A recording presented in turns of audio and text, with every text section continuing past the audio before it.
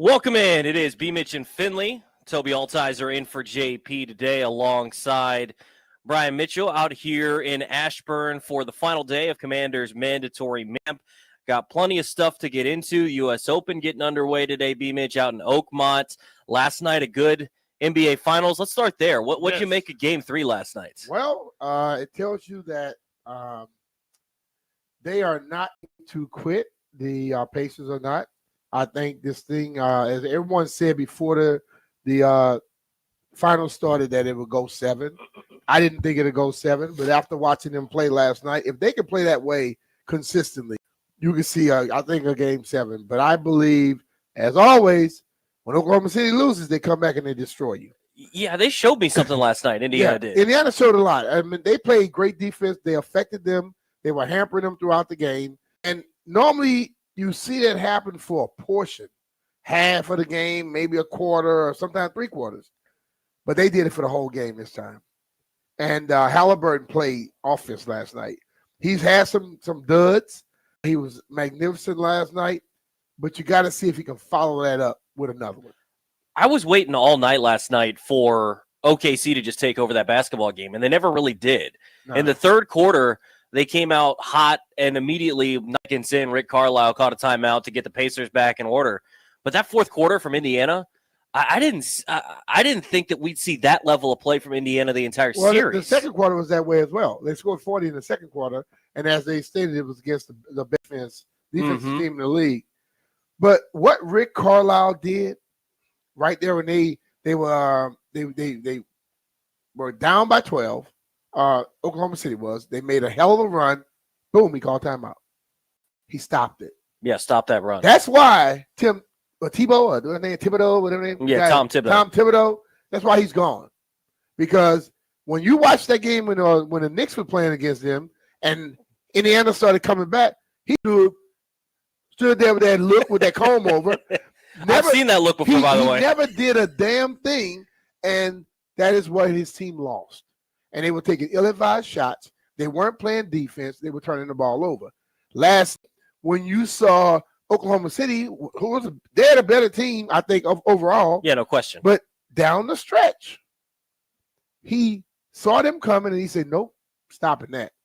And people have to you understand, when you're doing good, you're on the golf course, you got a good stretch going, and then all of a sudden you stop and you get lunch. You ever notice that you don't play better after you stop at the halfway point? Or you can be riding a bike and you stop. Your legs a little heavy when you start up again, so you're not in the same range. Anything, if you just throw a little monkey wrench in it, you can change it. And I watched him do that last night, and it affected him.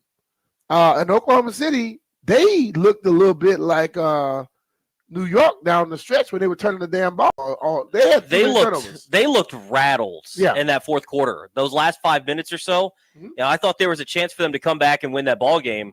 And then they started missing shots. They started turning the ball over. Indiana would come down, and it felt like they were pressing a little bit. It felt like a young team that was playing in a raucous environment, which it was great environment last night in Indiana. I think the key for Indy, you've seen in their 2 wins that Shai Gilgeous-Alexander is going to get his. There's no question. But you just have to make sure that he's not as efficient. In Game 1, he was 14 to 30, scored 38 points. That works, but if it takes 30 shots to score 38, you'll live with that. And then last night, he was 9 of 20 to score 24. And their lone win for the Thunder, he was 11 of 21 and scored 34 points. So you need him to be less efficient, and you can live with him scoring 30 points as long as it comes on 25, 30 shots. Well, the bench of OKC has to show up earlier. Early on, the bench was there. I think New York, somewhere around the second quarter or even halftime, it was 19-0. Indiana bench against Oklahoma City's bench. And your 5 starters should be able to get, like Jalen or Williams. He gets his all the time. But you got to have your bench coming in as well. And they always said in the NBA, the bench players play better at home. Yes. They're a little bit more comfortable. Well, we're going to see if the little thing works. Oklahoma City right now is beating teams by 20 points or more after they lose a game in the playoffs. So if Indiana has to come and bring that same effort, and this is what I wonder, watching basketball throughout the year, And we applaud Indiana. We applaud Oklahoma City. But all the teams in the NBA take breaks. You're going to find out which team is going to be willing for the next 4 to just let it all hang out. And who has the cardiovascular? Yeah. Who's in shape enough? Who has a cardiovascular in shapeness to be able to do it? Because this is a toss-up now. They're up 2-1 Indiana, but doesn't mean that they're favored. No, and I think Richard Jefferson on the broadcast did a good point of bringing that up last night. That look, you play hard in the playoffs, much harder than you do in the regular season, but it's a different animal once you get to the NBA Finals because you know it's do or die, and you got glory at the end if you're able to win that thing. So them going hard. I thought it was impressive last night to see, like talking about the Pacers bench, Benedict Mathurin. 27 points to lead all scorers off the bench for Indiana. I was like, who? I mean, listen to me. I've seen the dude's face, but I've never seen his face pop up that much in game. Yeah. He was the story last night. 9 of 12 from the field, 2 of 3 from deep, plus 16 plus minus. He was incredible last night for Indiana. And if you want a little hope as a Wizards fan, you know where he was picked, BMitch? 6th overall. So that's where it's picking. You can get guys at number 6 overall. Yeah. This guy played a huge role. And I think that's what Indiana honestly, I think that's what both these teams have, is they have guys up and down their roster that can contribute. And Indiana got more contribution from their guys down the bench last night.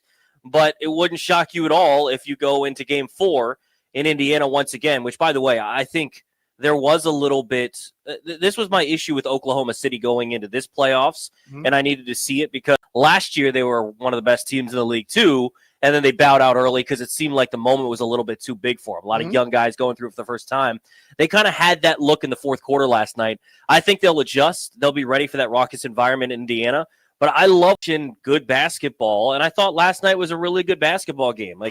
At times the NBA's become unwatchable with how some of the product has become. I thought last night was a good basketball game to watch, though. I'd rather see last night than seeing a team lose by 40 in the playoffs. Yeah. And this is the finals now. And as I stated earlier, they do come back and beat teams by 20. That makes you wonder, are they strapped up every night? Just Oklahoma City. Indiana as well. If Indiana beat them on a luck shot the first game, then they lost by almost 20. They beat them last night, and they were handling them. They were up and down, and then at the end, they were the one that was able to close. I want to see if they can get it done this time. Peter Rosenberg going to join us coming up at 11 or 10:30. Excuse me. Nikki Jhabvala going to join us coming up at 11 o'clock. U.S. Open got underway today, B. Alrighty. I need to find that. I'm going to pull up. I think I got the thing where I can watch this. You should be able to. It's on USA right now. I've been watching a little bit of the early coverage. USA Network. We don't have a TV to pull it up on the computer. Well, we'll figure it out. We'll figure that out. But what was crazy to me is I was watching a ton of. So the U.S. Open, I think, did a good job this year. They had a ton of the golf influencers that put out a bunch of stuff on YouTube. They were playing Oakmont. I've been watching 3, 4, 5 videos of guys out there playing Oakmont, and it looks just completely unbearable. The question I asked for that first is this, though. Are those guys playing the same level of golfers as the guys that we're going to see this weekend? No. So are they even plus handicaps? Like plus one, plus the two? one guy I watch is one of the Bryan brothers, and Wesley Bryan was on the PGA Tour. He's been on and off. He's suspended right now with Live, whatever.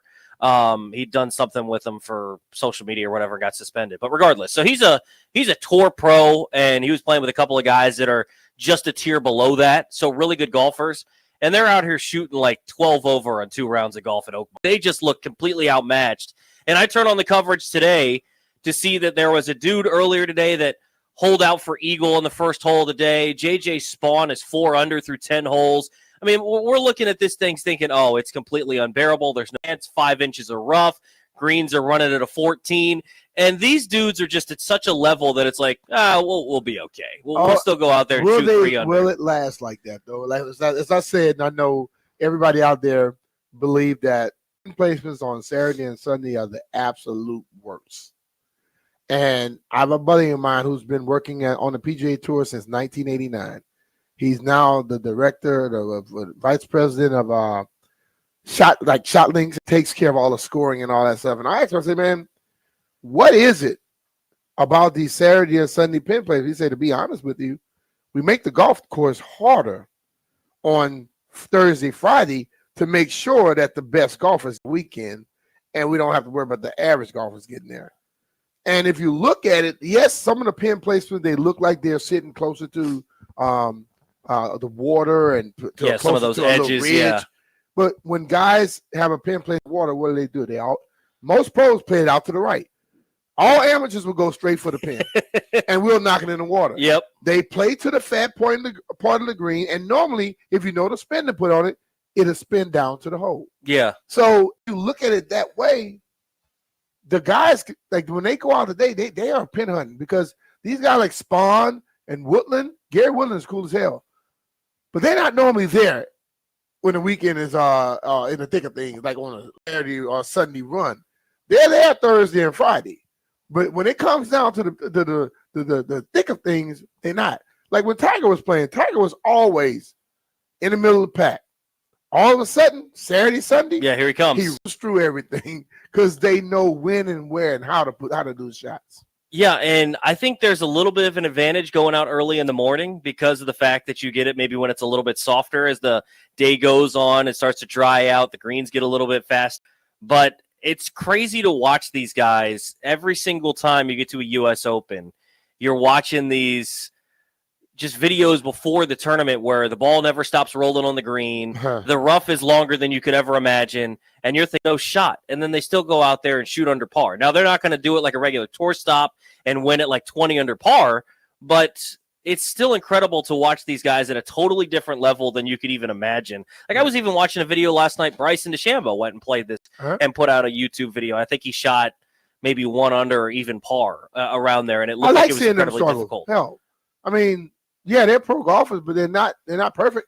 Yeah. So I don't have a problem when they struggle some, and because right now golf is not as technical as it was in the past. The technicality is just hit the ball as far as you can. Yep. Back in the day, they had to position balls. They had to know how to hit out the rough. In this day and age, you got so damn deep on the wedges that they can spin out the rough. So every golfer today hits it well over 300. And then got a lot of them. Rory and Bryson 330, 340, 350. I think Rory hit one 392 off the tee today. Well, I got a hole in one on the 407-yard par 4. Okay, that would have never happened in the past. So what that tells you is some of the rough on some of the courses on the PGA Tour is nothing. The ball bounces right through it. It doesn't hit the stop like it's going to do this weekend at Oakmont, because there are some guys today who are normally hitting shots that hit the rough, and then it bounces back into the fairway, and it runs for them 40, 50 yards. Guess what it's going to do? It's going to hit that rough and stop. Now they're having a 130-yard shot where they can just spin it and do whatever they want out of the fairway. They're going to have to hit a 170, 180-yard shot with a less lofted club, and they won't even be able to get the ball out the damn rough, really. Yeah, I mean, it's incredible. And like Rory's been in the rough a couple of times today. I saw him on 17. He probably had like a 70-yard shot. It came up short because he's out of the rough. Like, there's no chance. You have to, as I watched the other night on Golf Channel, they were drop balls and turn, and the camera couldn't see the ball. So now you have to hit a club through that. So you got to cut it through some grass to get the ball and be able to get enough speed on the club to throw it through the rest of the grass on the other side. So they're going to have issues with it, but they will find a way. You know, you remember, I don't know if you, when Tiger would hit iron off the tee. Mm-hmm. And people go, oh, he's leaving himself back. But if you're a great ball striker with any iron, it'll make a difference. I wish I could hit like him. He was hitting 2 and 3 irons off the tee. Yeah. Everybody was hitting driver, and he was beating them by 4 and 5 strokes. He was a different level, man. Where does the U.S. Open rank for you among majors? To me, it's the Masters and every other one. It kind of depends on the venue for and then the U.S. Open, which one I like a little bit more. I like the Masters because the Masters sets it up to where, you know, on Saturday and Sunday you'll hear a lot of roars. And when it gets to like 14, 15, 16, 17, 18, you know that's when everything starts on Saturday and Sunday. But I love the U.S. Open even more because this is the one where I see pro golfers get pissed off. Think about it. The Open Championship and the U.S. Open, those two, golfers get pissed. The Masters and the PGA, they play them. They have fun. You're going to see the smiles and it'll be a little bad, but they get actually pissed off because they're like, oh, this is unbearable. It's unfair. It's unfair, yep. You don't think it's fair for you to be able to hit a ball 350 yards? Yeah. And when the people that played prior to you, they couldn't hit it that long. And when you hit it into rough, that the ball, it's sitting up like it's on a tee. You know what I'm saying? Yeah. The thing for me is I love seeing them challenge. So when I see that, I'm happy. You're just waiting for that first press conference for someone to say they lost the course. Yeah. Right at the U.S. Open. But it's always something that comes up. That's the thing about this one here. As tough as it is, they say the greens are running about 15, 16. That's incredible, by the way. They have rough that some of it's knee high some places. Like the dude yesterday say is giraffe knee high. Okay? It's up here somewhere. Yeah. But when you get that stuff, if you don't decide, like when you come out the first day, if you are a straight driver, you have an advantage.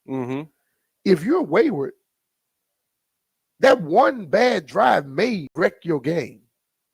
So you got to figure out a way. And let's be real, pro golfers hit 3 woods and mini drivers 280, 290.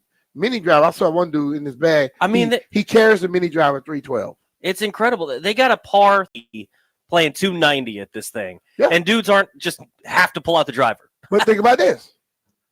That was a U.S. Open some years ago. Angel Cabrera was the only guy that birdied the 300-yard par 3. He won the tournament. Yeah. It's incredible to watch these guys. They're just at a totally different level. Just when you think, like, I really enjoy when you get to see the average golfer. So, like, if you just go on YouTube, there's a ton of dudes. I think they had, like, a media day, and there's a bunch of content creators that were out there shooting stupid numbers that, you know, they're shooting 10 or more than they would usually shoot on a course. And then they go, you have the pros get out here, and they're going to shoot 65 today. Like, it's just, it's incredible to watch. I've played golf on still -4. I play golf with guys that are scratch, +1s, 1. I play golf with one of my buddies who used to be on the tour. He's like a +4, +5. And I say, well, what is it? He say, bro, it's a constant grind. So when we playing with guys on the weekends, we go, that damn dude is good. Imagine, he's not even close to being in the top. He's not in the top 5,000 in the world. Yeah. The guys that play on tour, they have an ability to hit in the right spots most times. They know how to recover. Like, instead of being in the trees and trying to advance it to the green, they know to chip it out to a distance they can hit it, and they'll hit it kind of might make the putt. You know, the guys that we play with on the weekends, their problem is between the ears. You've ever played? I played with what was a coach used to play? Rick Neuheisel. His son is on the mini tour about to try to become a played with him in when I was in Arizona. Dude is a golfer. Between the ears, so I think he's gonna be on the mini tour for a long time. He ain't gonna make it a big one. Just for that weekend with that one day with him, he's gonna have an issue. He's between the ears, he can't keep it straight. I'll say my issue is mental, even though I can't control a driver. I can't putt or any of that stuff. I'll just claim it's mental. Joining us next, Peter Rosenberg, Tony Altizer, sitting in for JP BMitch Finlay.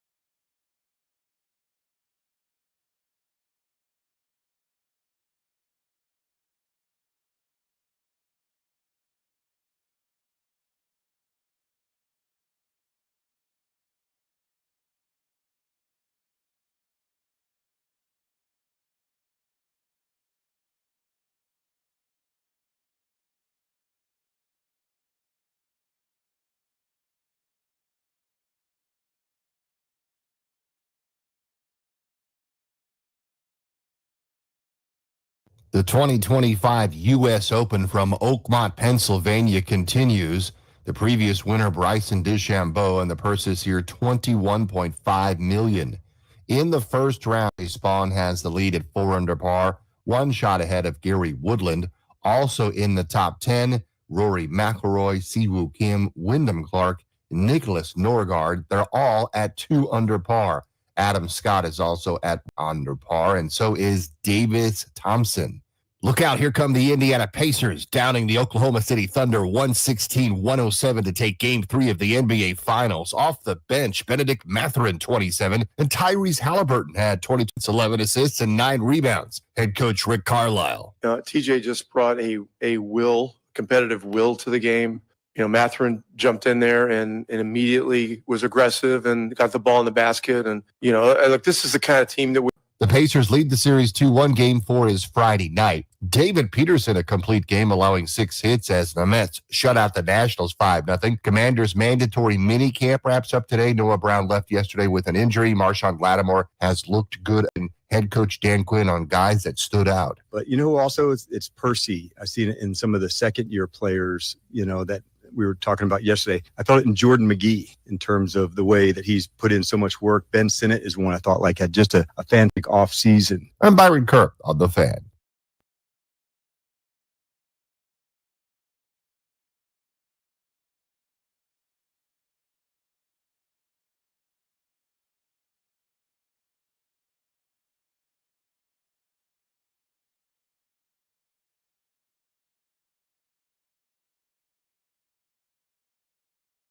Like we say, the price.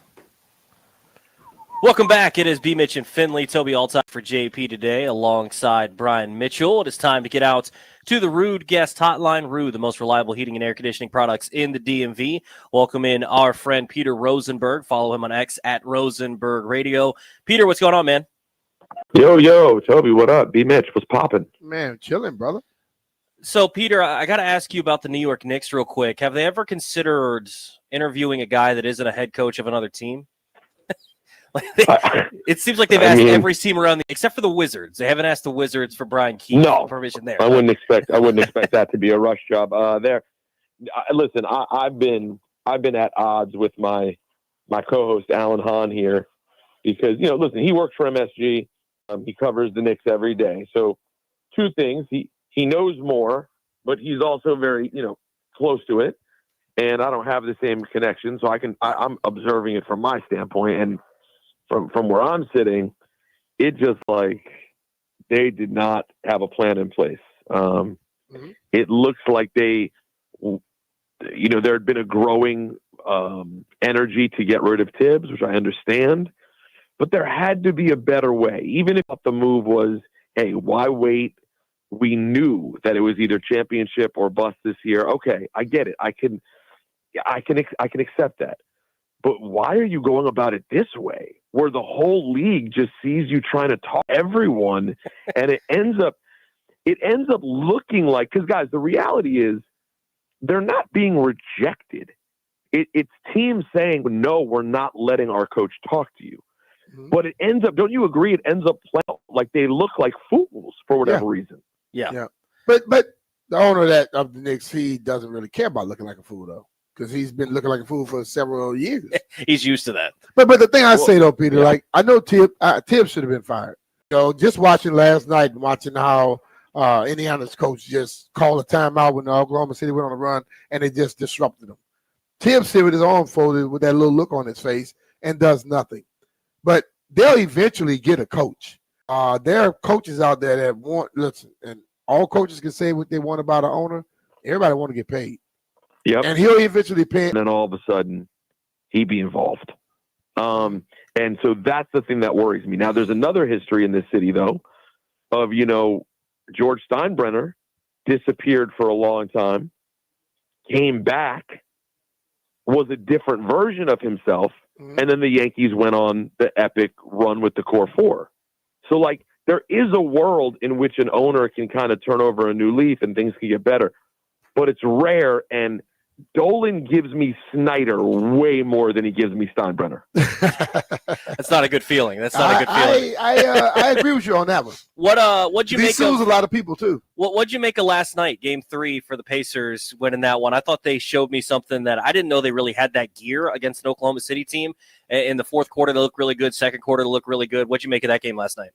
I mean, listen, at some point, guys, some of us are going to have to start believing this Indiana team. Right? At some point here, like, we're going to have to believe that this team is really good. And what it does is it flies in the face of everything that we've been taught about sports recently. Because you can't tell me when you look at that team on paper that you understand how they could be 2 wins away from a world title. Because the biggest star on that team is Tyrese Halliburton, who, while he's an enigmatic player who excites people and can be a bit of a heel and has a personality, from a sheer player standpoint, when you remove his clutch moments, he's not a top 10 player in the league. He's a really good player. I think the best player on that team could be Pascal Siakam. And you got it. Well, that little kid last night who they drafted 6 overall, he took over last night. So then they have these other players who can all play a critical role, but none of them were people that anyone recognizes superstars. And it really just like, I mean, it sounds cliched, guys, but it's good coaching. It's unselfish team basketball. And, I know you're kind of supposed to hate this team, particularly with me being here in New York, but man, I find them very appealing to watch. And listen, I'm certainly not ready to count out Oklahoma City yet, but I will say a lot of people started counting that championship for the Thunder 3 weeks ago. And I was quick to point out, don't ever assume that a team who's never won a championship before is just good for a championship. That's not how it works. Until you show me that you've done this before, I can't just assume you're going to roll all the way to a title. And I certainly think they will have something else to say about this series. I would still certainly see them potentially winning the series. But the bottom line is, hey, we got a good series, man. There's only been one blowout so far. Everyone is down talking this final, but really it's that people don't care about the cities of Oklahoma City and Indianapolis. Yeah. The basketball has been pretty good. People judge it based off of the market they're from instead of looking at the actual game. And I'd say the first game and that game last night, they were super entertaining. It's not New York and Boston, but ultimately you have two of the best teams left at the end, and they're laying it out all on the line. So I now at this point think we're gonna see Game 7. It's starting to feel that way. This next game is going to be really interesting. Like, does Oklahoma City immediately bounce back like they did in Game 2? Does Indiana somehow do it again and send this thing back to OKC 3-1? Listen, this was the ideal situation, I think, for Adam Silver and for ABC, that you have an Indy lead, because I think anytime Oklahoma City takes the lead, everybody goes up. See, finally, this is exactly what we knew we were going to get. But the bottom line is, you're right, BMitch. This is a competitive series. Certainly would not be surprised to see it go 7.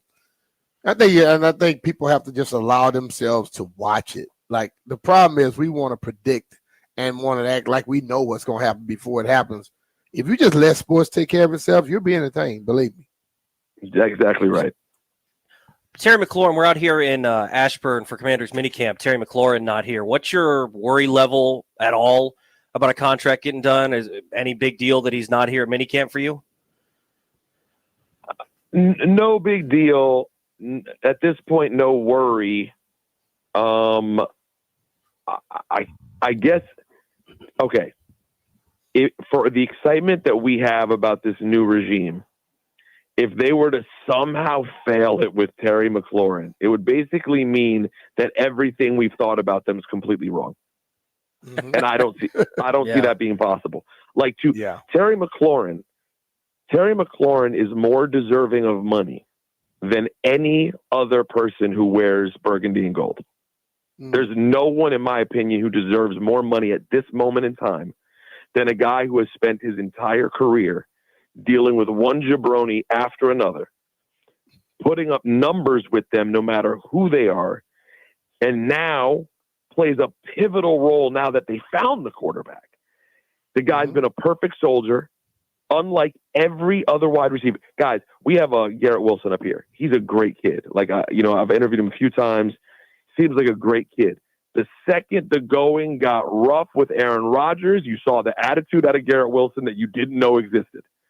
Terry has never done that. You guys remember the start of last year, the first 3 games, he gave us very little. He wasn't getting the ball.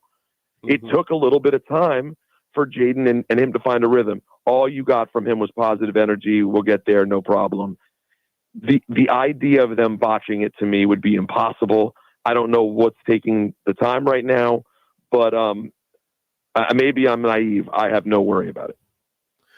I can say people I've had my conversations with that I know work in the league and people around, seems like it's nothing to worry about. It's just football. It's that negotiation thing where you got to let it happen. And for the player, I'm not going to put myself in a position to get hurt. And then all of a sudden now I lose all leverage. And for the team, they want to also make sure it's beneficial to them. I think he'll get close to the number of DK Metcalf. I think that will happen. But the ultimate thing is we act like this doesn't happen all the time. Now it's happening on our team because we are now starting to become better, have better players. Things have that this has been going on for other teams all the time where guys don't show up to a minicamp and it's the only leverage that you have. The other thing that's a little complicated, I'll add this wrinkle. And you're right, BMitch. This, of course, happens when you have good players. The other little wrinkle here for Terry that's interesting is he's not the best wide receiver in the league, right? Mm-hmm. There's one tier above Terry, but he's not only in a very high tier, but he's even more valuable here than he is other places. Yeah. Which is both a benefit to him and a hindrance. True. Because, you know what I mean? The Commanders know we need him. He does a lot here. He is a loved player with this fan base, with this quarterback. There are a lot of 17 jerseys around town. All right. Yep. He's a loved player who's done his thing. At the same time, he's probably going to get his best market value here. So it's a little complex in that sense in terms of them figuring out the number. But based on the personality of both Terry and Adam Peters, again, I would be shocked if this isn't results. I think the one thing about him compared to a lot of the top receivers too, though, he's always available. Yeah. Oh, yeah. And that availability thing, that ability right there is the best. And I think it works out perfectly with the timeline here where it doesn't interfere with Jaden's contract. So even if you have to quote unquote overpay an extra $2 or $3 million of what you're maybe comfortable paying, you can do that because you still got the quarterback on the rookie deal. And then as soon as Terry's contract comes up where he's finished, then you got to pay Jaden that $70 million. So right now you don't have to worry about the quarterback contract interfering with Terry's contract. The problem contract. with the Jaden and the thing, when Jaden comes up, it may be another $30-40 million on that salary cap. Exactly right. So it won't be a problem. Yeah, exactly. They'll get that done. Exactly right. Peter, appreciate the time, man. Appreciate you, Pete. All right, guys. Have a great weekend. All right, man. Take care of yourself. That's Peter Rosenberg. You can follow him on X at Rosenberg Radio. We're out here in Ashburn for the final day of Commanders minicamp. We'll talk a little bit about minicamp next here on BMitch Finlay.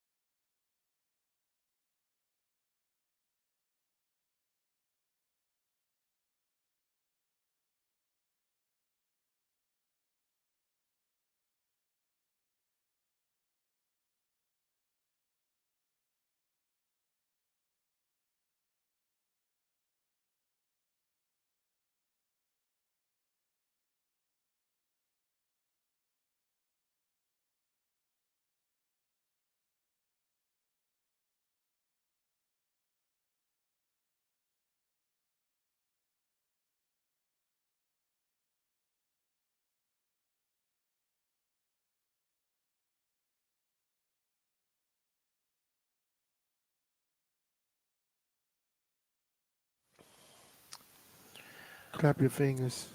Do your step. You can do it all. Welcome back. It is BMitch and Finlay. Toby Altizer in for JP today. Out here in Ashburn for Commanders minicamp day 3, the final day. Got a short practice today for the guys, and they'll have a nice break before they get back here for training camp. The big schedule for 11:20 to 12. So nice short practice. Probably 11:20 to 11:40. This is one of those. Get together. Walk out there. Get everybody ready. Make sure everybody get the message for when you leave. Break up. Let individual coaches give them their extra messages for what to do. And just understand, this break, we don't want to see nobody's name in the paper. Unless you out there doing something for charity. You know what I mean? Yeah. And I've been through a lot of them. And believe me, that last little saying, if you say it right and you also get the coaches and some extra veteran players to talk, it helps. What was your mini camp to training camp time usually spent doing? I would go back to Louisiana for a little bit, but for the most part, when I got later in my years, started having kids and stuff like that, I was here. I didn't leave. I was around the whole time. Once I started mini camps and stuff, I didn't stop doing football until the season was over. Mm-hmm. Like, I know people go, oh, you're on a break. So if you get a month off, you can't take a month off. Hell, you can't take a week off. You got to keep doing it, because where you're at now, if you're in shape right now, a certain level of shape, you're not in football shape. They've been running around here in T-shirt and panties, as I call it. They got to get to football shape. So you got to go a little bit more strenuous. And then maybe 2-3 days before practice, you taper back a little bit before training camp starts. But you got to push it all the way up to a point. You know, they don't get the luxury of just relaxing. The coaches may, not the players. Does it change? Have you seen it change in your time from when you were playing to where it is now in terms of the shape that guys come into training camp? Yeah, I think now guys are in shape more throughout the year. And I think when I got here, I can remember guys telling me, like Doc would tell me, like maybe when they first came into camp, they used to be in 6-7 weeks of training camp. You know, they basically got in shape while in training camp. Yeah. But when I got here, I had Darren and Art Monk who said that they took a week or 2 off, and then they got right back into it after the season was over. Start doing something, and then you're like, the boxer that can be 140 all year probably has an advantage over the boxer that can have to lose all that weight to get to a point. Yeah. You know, you lose something when you're losing weight. You know, you might look better, be better in shape or whatever, but you do lose something when you drop down a lot of weight at a certain point. But what if you walking around here 145 pounds and you boxing at 145? Other guy walking around at 180, he boxing at 145. You can't tell me you don't lose something, you lose 40 Yeah, you're pounds. comfortable in your shoes. So the guys today, they relatively stay in shape the whole time. Because let's be real, the way things are spread out, when do you really have an extended period of time to not do anything? It's true. It's funny, though, you see the paradigm of they're in better shape maybe year long, but then they also don't hit like they did in training camp 20 years ago. Yeah. And you see those, like, I think the way that it was in the past, they got to find a delicate balance between that and the technology of today. They got all these little vests and all this stuff that tell you about your body temperature and this, that, and the other, overwork. But there are more injuries now than they did back in the day. 100%. You know, and I think people don't understand it. Like, I hear people always talking about bigger, stronger, faster today. And I'm like, are they really? Somebody just got ball in their church pew. Bigger, stronger, faster. Are they really? Yeah. You know, I don't know many people bigger, stronger, faster than Reggie White in his position. 6'6", 315, 4'6", Find me the person that does it today. Yeah. Same way, you know, and as strong as he was. And didn't miss games. We got guys today, man, they get the simplest injury and they're out for weeks. And that's what I think is so interesting about all sports. I cover baseball pretty closely, and it's a talk about pitchers where if you look at the percentage of injuries with all the extra care that is done, it's about the same amount that blow out their arms as before. And yet the guys from before were pitching every 3 days, throwing 150 pitches. Now this dude throws about 80 pitches and throws them all at 100, right? Like, it's just like you're quote unquote bigger, stronger, faster, but you're also hurt It's a weird guys in the past dichotomy. pitched double hitters. Yeah, it's insane. So what and they played for 19 years and 20 years. The problem with a lot of sports today, this is my opinion, and I'm sure somebody can document it with some backing up.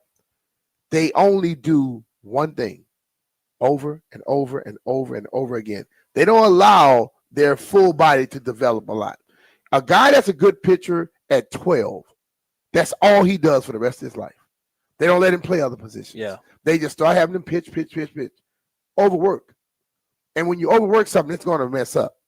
The guys of the back in the day that were the best pitchers were also the best athletes. So they played all sports. They played multiple positions. They fully developed their whole body. Right now, that guy probably got a right-handed pitcher got a strong leg because he always on that leg, and he got a strong arm. But he got some weakness in some other places. Yeah, I think it's interesting just seeing how it's evolved and how big it has become and how much you talked about specialization. I mean, kids before they're even teenagers. Year round. Yeah, in all sorts of sports, People right? play basketball. It's year all round. they do. Yes. It's crazy to see how that's become a thing. And I think there's something you'd understand maybe more as an athlete than I would. Like, there's a point too where putting on the muscle and all this stuff, your body just can't handle it. You know, there are certain points where, it used to be, hey, this guy can handle an extra 20 pounds. And that was like a scouting thing. Like, this guy can put on some weight and his frame can handle it. Now, sometimes it doesn't even matter. It's like, I'm going to throw 40 pounds on this guy anyways. Yeah, and then I think that's where you see the injuries start to pile up. They come up with a mindset of what they think, not what they know. And because what people do in all sports, they look at what something was, and they think everybody has to be like that. And I use the example, every rusher used to be 6'6", right around 260, 275. Elvis Duranville was 5'11", 245. He had over 20 sacks. Yeah. Von Miller was 6'2", 256 pounds. He was he could get there to the quarterback. Yeah. I've always felt if a dude is 6'7" that's trying to block me and I'm 5'11", he can't keep his strength getting that low. Yeah, especially when you got the bend that those guys exactly. had. Good luck getting your hands on that guy. That is the whole thing. You got to allow people to let people play, and whatever sport let the sport choose them. Too many parents want the next Tiger, the next Michael, the next this, the next that, and they just put their kids and stuff, and they spend lots of money, but the kid never ever shows that he could be on Michael Jordan or Tiger Woods. Nikki Jhabvala from the Washington Post set to join us next as we're out here for the final day of minicamp for the Commanders out here in Ashburn. Listen to BMitch and Finlay on the Fan.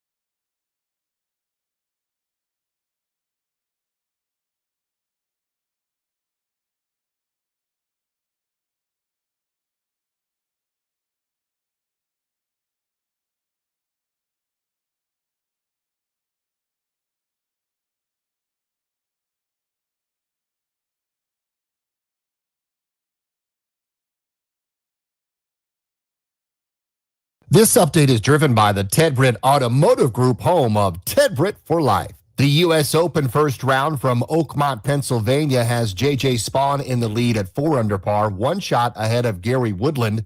Adam Scott, Rory McIlroy, Siwoo Kim, and Thomas Detry are all at 2 under par, 2 shots off the pace. Indiana over Oklahoma City, 116-107. Benedict Mathurin with 27, and Tyrese Halliburton almost had a triple-double, 22 points, 11 assists, and 9 rebounds. Head coach Rick Carlisle, everyone matters. It's not always going to be exactly the same guys that are stepping up with scoring and stuff like that, but this is how we got to do it, and we got to do it as a team, and we got to make it as hard as possible on them. The Mets beat the Nationals again 5-0. David Peterson a complete game. Series wraps up today at 12:40 on the Fan. Commanders mandatory minicamp also wrapping up. Noah Brown left with an injury yesterday. Marshon Lattimore looking good in camp. Dan Quinn on the impact of safety Jeremy Reeves. This is a true commander, one of our heavy hitters, and an absolute all-around BMF, like in every way. It's no surprise he was elected one of the captains, when the postseason began. For over 60 years now, Ted Britt has set the bar for the best buying experience in the D.C. area, period. That's Ted Britt Ford Fairfax, Ted Britt Ford Lincoln Chantilly, and Ted Britt Chevrolet Sterling, all home to Ted Britt for life. Lifetime vehicle coverage just a click away at tedbritt.com. Byron Kerr on the Fan.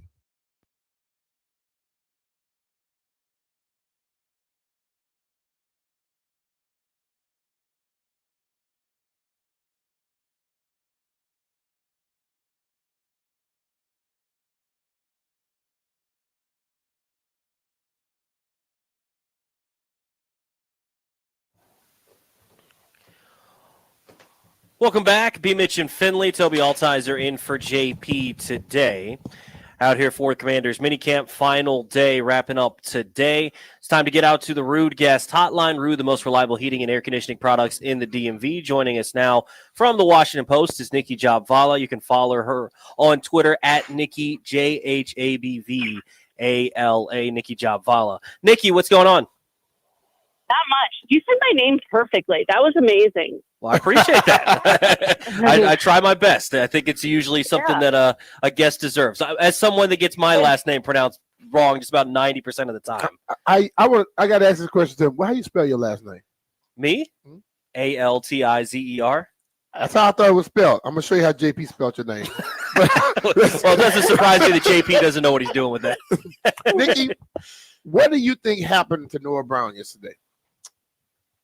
Oh man, I hate speculating on injuries. It's hard to say because I couldn't get a view. I mean, it appeared that there was a collision. I don't know that there was anything nefarious. Some people said he was a cheap shot. I didn't see any of that.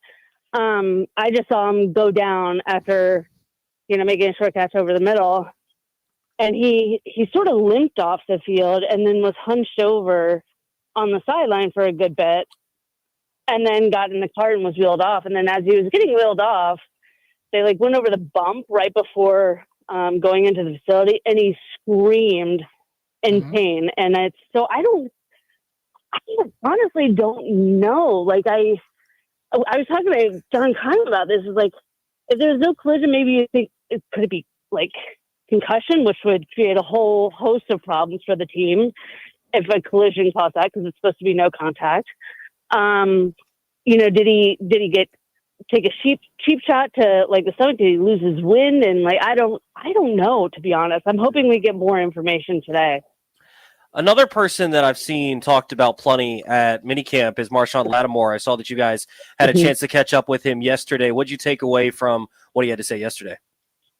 Yeah, I mean, I thought his press conference was actually really great. He was very open about what it was like dealing with the hamstring injury last year, how it made the adjustment to the new team hard, how he felt like he was pressing at times just to show what he could do to prove himself for a new team. So I thought he was open about everything. I thought it was good. He does seem healthier now, and hopefully he can get back to the way he was a couple years ago. Yeah, I think for him, confidence plays a major part in the way that he plays. And when you're not healthy, you can't play. And you lack confidence. And I think that you could see that in his game last year. And he said that. I mean, you could see it definitely, like, on the field. You could see his frustration, obviously, build up with the PIs and everything. But he said even when he watched the tape, like, he looked timid, just in, like, the steps he was taking. And, you know, that, again, I mean, Steven, she would know more, but, like, that to me would show a lack of confidence, not really trusting your leg. Totally. So, yeah. But who has caught your attention out there, Nikki, of all the newer people that are on the team? And who's a person that's been around for a few years that might need to step it up? I mean, I always throw out this caveat that it's 7-on-7. Like, they don't even do full 11-on-11 like a lot of teams during mini camp. It's 7-on-7. So you can only glean so much. And it's no contact. There's supposed to be no contact. No, I would say, I mean, I do like Jalen Lane. I think his speed is I think it's intriguing, but you got to be able to use that in a game when, you know, people are flying towards you. I think he's interesting. I think there are two Jacoris on the team. One's a receiver, one's a running back. I think they're both intriguing. The running back, obviously, being the 7th round pick. I think both have the skill set to just sort of be that disruptor in the room. And then for the receiving sport, I mean, there's a quick opening now. I mean, Michael Gallup's dealing with a hamstring strain, so I would imagine he'll be okay for training camp, but he hasn't been out here for mini camp and missed, I think, the last day of OTAs. And now we'll see what's going on with Noah Brown, if anything. But they need, you know, basically a number 3, number 2, a true number 2. Debo's not a true number 2 in my mind. He's more of he's an exceptional player, but more of a sort of hybrid guy. They need somebody to really step up there. So literally anybody in that room needs to step up. Talking with Nikki Jhabvala here on BMitch and Finlay, Toby Altizer in for JP today. So DQ mentioned 2 second-year guys the other day in his press conference, talking about Ben Sinnott and Jordan McGee. What have you seen out of those guys, and what kind of role do you think they can play this year? Yeah, Jordan McGee has a chance to take a huge leap, in part because he played so few defensive snaps last season, dealing with injuries and whatnot. And he's getting a lot of reps in minicamp, mostly because, you know, Bobby Wagner, he doesn't need these minicamp reps. He got an excuse absence for day 1 of minicamp, and, you know, it gives Jordan more time. And he does look more confident out there. I mean, I know DQ, I know AP have also, they've raved about him. They really expect him to take a major leap this year. And Ben Sinnott looks bigger, like thicker. He had that one really nice catch. It was off a beautiful ball from Marcus Mariota, but he does look good. And then I think Quinn has mentioned this a lot, you know, just for the second-year players, there's that confidence, there's that comfort of coming in after knowing the system. You don't feel like you're swimming. You know, you're not trying to learn the new system, like adjust to a new life, a new team, you know, the speed of the pro game. So you do see them at ease a little bit more, and I think it reflects in their game. When you look at the offensive side of the ball, keeping Cliff Kingsbury and most of that offensive staff intact, how much do you think that helps this team, like you talked about, not feel like you're starting a little bit further down in terms of not starting right on page 1, but it feels like for a lot of the guys that are returning, you're maybe a little bit deeper into the offense and you can get some of these newer guys accustomed to things. How much do you think that helps taking a step and where we saw this offense get to in January versus where we saw it earlier in the year? Like week 1 in Tampa versus the wild card game was totally different. Yeah, no, totally. It's huge. It's huge. I mean, how many young quarterbacks have we seen sort of their careers get off to a slow start if they're not derailed completely because of all the turnover with their play caller or with their quarterback's coach? It happens all the time. I mean, to me, this is a luxury for these guys to have not only their coordinator and their head coach still intact for a second season, but to have their full offensive staff. It's huge. So they can go deeper into the playbook. I mean, Quinn has said it. They didn't use the full playbook last year. So it allows them to do much more, and they'll need that now that there's film on Jaden and everybody else. So yeah, it's huge. How important was it, you think, to get all these offensive linemen here and they're having Tunsil in? I think, you know, people, when they start thinking about building around a quarterback, you immediately think receivers and things like that. Hell, if you don't have protection, can't do anything. Right. No, I think that front 5 is the second most important positional group, obviously, on the field behind quarterback. So yeah, I think it's big to have him in here. It's only for a brief time, but just to start to build that rapport is huge, because that's a one position where you have to play as one. 5 guys have to play as one, and it's usually more than 5 guys because you have to sub in and have it be seamless. So I think it's of the utmost importance, and you can see them starting to build that. I feel like that group last year, they gelled pretty quickly. It's a group that got along pretty well. And, I mean, I don't think that's atypical in the NFL, but you know, I do think it's important, especially when they're going to have a few new pieces there. You know, both tackles, and then with Coleman moving to left guard. So yeah, they need a chance to really get going. How has Debo looked? I've seen some videos making the rounds on social media, and people are having some say about the way that Debo looked out on the field. What has been your observation of Debo? He looks good. I even took a picture of him and sent it to one of the 49ers writers, just like, does he look fit and trim to you? Is this like, and they're like, oh yeah, he looks way better. So yeah, I got confirmation that he is in good shape, and he shows it out there. Like, he's fast, like, and he's powerful. That first step, oh my goodness. And he can cut, like, yeah, it's disgusting, honestly. I'm glad I don't have to defend that. I think when you look at him, you think receiver, but yeah, he's built like a running back. He's built like a running back, and absolutely. I think that throws people off. I mean, he looks like a tank. Yeah, that's the difference, because he doesn't look like what a receiver typically looks like. No, right, exactly.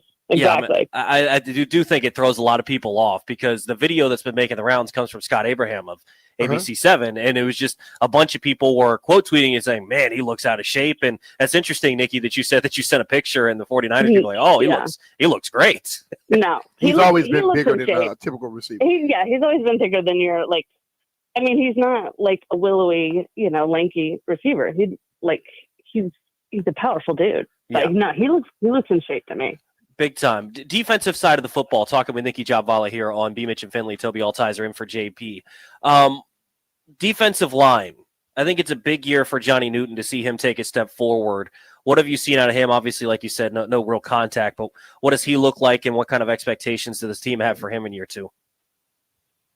Yeah, it's hard to glean much from that position. They have him doing a lot of individual drills, but he does look good. I think, again, going back to what I was saying about the second-year players, I think there is sort of that comfort and that confidence that comes with knowing, the scheme and where you're supposed to be and everything like that. So I think he has a chance to make a leap. I'm curious to see how they make all the new pieces, not make them all work, but how they fit them all in up front. I mean, they added not just size, but a ton of new faces and a lot on the inside. So how does he sort of fit into that mix? We'll see. But I think just having a full healthy off season could be huge for him. I mean, he was dealing with 2 foot surgeries at this time last year. Do you think they did enough on the defensive line? Like, do you think we're going to see an improved unit? We're going to find out. Well, and that's what I think is interesting, is like, it's all speculation, obviously, at this point, but people were going into the offseason thinking that's a big area of need, getting pass rush, obviously stopping the run, and their big money acquisition was Javon Kinlaw, which I don't think was entirely popular with the fan base. What do you think about their moves on the defensive line? I mean, I don't hate them. I was a little surprised that, the length and the money they gave Kinlaw. But I like the moves, and I know there's still that question of, will they add a pass rusher? Do they need a pass rusher? But I think they really built up the interior, and I think you can generate a really strong pass rush from the interior. And the thing that I always come back to is, like, they had 4 first-round picks on the line. It did not work out at all. They were only good when there was 3 of them in there, and it was like intermittent success at best. Mm-hmm. So to have, a star, maybe 2 stars on the interior, and then I guess more of I don't want to say role players, but veteran guys that know their responsibilities and know how they should play to, benefit the entire line. I think that could be huge. I think they can have a strong line, but until we see it, at work. I don't think we'll really have a good sense. I think the joint practices are going to be huge in my mind. They always are. I think people look at, like with the Kinlaw thing, they just look at the price. And as JP has broken down many a times, he's a third-tier price range guy for that position. Sure. And everybody people look at it and they can't forget how much they make compared to what that guy makes. And he got too much money. But I don't think they bring him here if they didn't think that they could do something with him, because he was already with coaches on the coaching staff in other places. Right. I mean, he knows Daryl Tapp, probably better than anybody. AP knows him better than anybody. He drafted him. So, yeah. When you look at the defense, it feels like Lattimore, if he can get back to playing at the level that we once saw him play at, it sounds like he's feeling much healthier. How good do you think this defense can be? I mean, to me, they're the X factor. I mean, I thought they started to make progress last season. They got off to a slow start, but once they started, getting some turnovers, they were a little bit better. But there's so many new faces. You don't quite know how that secondary is going to shake out. You don't know how the defensive line shakes out. The only thing that's a constant are Luvu and Wagner. Yeah. And they're two very good constants to have. I mean, especially for where the team was in recent years with their linebackers. But we really don't have a clue of how this defense will look, especially because they're going to tweak things. I mean, every team tweaks things to fit their personnel, and at least the ones with competent coaches. But to have, a bigger front, they're going to change some things here and there. So, yeah, I think they're a mystery, which they could play to their benefit too. But, yeah, I think we won't know really much about how they look on that side of the ball until at least joint practices, maybe not until preseason, though it's limited reps then. And, yeah. As I look back last year, I think the way that the offense plays and played last year helps the defense, because they ate up a lot of clock, and that put the defense in position to be healthy. I mean, be rested when they went on the football field. And I believe the same thing could help them this year. But if you got a bigger bunch, they're not going to just get pushed around. And if that bigger bunch can do the things that the coaches expect them to do, now you have something that makes a defense, offense become more one-dimensional, which I think a defense plays better against. Yeah. No, I agree with you completely. Totally. Last one for me, Nikki. When you look at the corner room, what do you think the coaching staff, doesn't necessarily have to be week one, but say we're getting down to playoff time, what do you think their ideal setup is? Like Lattimore on the outside, where does Sanders still line up? Is it Amos on the outside on the other side, or is it Jonathan Jones? How does that all work out? It's Lattimore, Amos on the outside, Sanders still on the inside. Okay. And when do you think, what do you think a timeline would be for Amos? Like, obviously a second round rookie. You think week one? Wow. He's good. I mean, I think he's good. He's good. And he probably should have been a first round pick. Yeah. Honestly. Guy from Louisiana, Nikki. He's good. Yeah. I mean, started off at Southwest Louisiana now. Yeah, I think he's a week one starter. I love that. Nikki, appreciate the time. Of course. Thanks, guys. Thank you. That's the great Nikki Jhabvala. You can follow her on Twitter at Nikki Jhabvala. She does a great job for the Washington Post. I want to continue talking about the Commanders next. Who is the Commanders' most important player this season, obviously other than 5? Outside of Jaden Daniels, who's the Commanders' most important player? We'll talk about it next here on BMitch Finlay.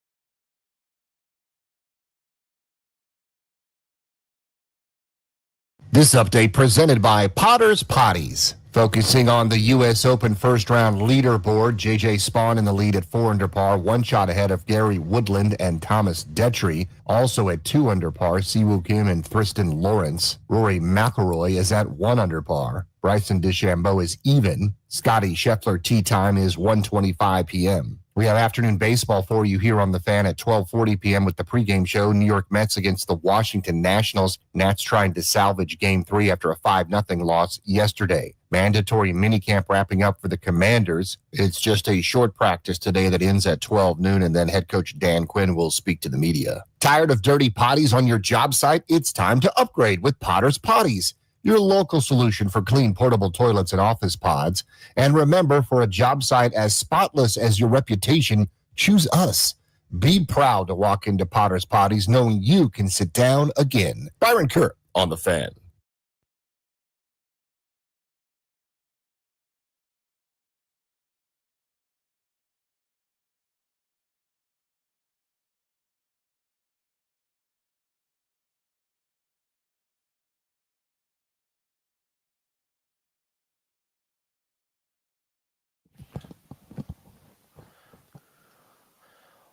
Welcome back, BMitch and Finlay. Toby Altizer in for JP today. I really like that answer from Nikki talking about Trey Amos, thinking that he could end up starting week 1. If that's the case, BMitch, and you've got a trio of why you draft them? Lattimore, Amos, Samra still? Because I think Samra still, like we were talking the Sam break. still played way better last year. He's a dog. But could you imagine him back in the slot where he can play the run a little bit more? He can be used as a blitz tool. Yep. He could be incredible. He can do whatever. The thing about him is he's a student of the game. But I think he's not given enough credit for how well he did play. Early on, yes, he was finally feeling his way. But by the end of the season, he was playing outstanding. Oh, yeah. At the position. And outside, too. In the game against Detroit, listen to me. You watch the play from start to finish with Jameson Williams. People tried to act like he was beat. No. He baited the hell out of him. If he was just sitting and then right when the ball, the last thing he just ran in and boom. It wasn't like he had to make a spectacular play. He knew former receiver. He read the ball. Yeah. He tracked the ball better than Jameson Williams did because he was trying to go to the back of the end zone and just wait for the drop. The ball was falling short. And I think Mikey knew that the whole time. Yeah, he's incredible. And he's going to be one of the guys that I think you could throw in the answer of this question that we have. Who's going to be the most important commander outside of Jaden Daniels this upcoming season? You'd like to hop in, feel free, 800-636-1067 on the listener lines. Most important player outside of Jaden Daniels. I think there's a couple ways you can go with this. I think one of the guys that I would go with here, B-Mitch, I think on the offensive line, it's part of why you traded for him. I think it opens up a lot because you're able now to help some of the guys on the rest of the offensive line. It maybe opens up the playbook a little bit more. But Laramie Tunsil, a left tackle that allows you to go one-on-one on that side, and Jaden doesn't have to worry about his blind side. You don't have to chip over there. You don't have to help out. And there are some demons in this division for pass rushers. If you can find ways that he can go one-on-one with Parsons, if Parsons is on that side, you don't have to help, or whoever it may be, you've got some really good pass rushers in this division. And if you've got a stud left tackle, it frees up so much of your offense by not having to constantly chip like they did last year. Mm-hmm. I was immediately thinking Laramie Tunsil, and I agree with you on that because you want your quarterback not to worry about that right his blind side. And if Jaden can just eliminate that and do whatever else he needs to do, you make him even better. And anybody that makes that dude better, they're vitally important to me. You know what I'm saying? When you have a quarterback of his caliber, I go with the offensive lineman or anybody else on the offensive line. Because I watched last year how our offense made our defense better and more efficient. Because our offense would get out there and get 8-minute, 10-minute, 12-minute drives, touchdown. Mm-hmm. That team comes on the field. You know what they're doing? They're tossing it. So the defense was able to. They know that they're not running the ball, so they play more of a pass offense They're playing against a pass defense to combat their offense, and they were more effective with it. And the fact that people were throwing a lot on them, look how good they were overall. Yeah. People sit here and act like we were horrible on defense. We weren't horrible because your offense puts so much stress and pressure on a coordinator on the other side that he cannot call his whole playbook. He calls a certain side of it. And any defensive coordinator in the world will tell you, if you're only calling offensive, like running plays or passing plays, it's easy for me to stop you. But when I don't know what you're running and you can do anything, it's a problem.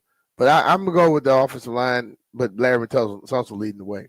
800-636-1067 if you'd like to hop in on the listener lines. I think on the defensive side of the ball, BMitch, for me, I think we were talking about it with Nikki. I think he's the linchpin of how good this defense can be. It's Marshon Lattimore.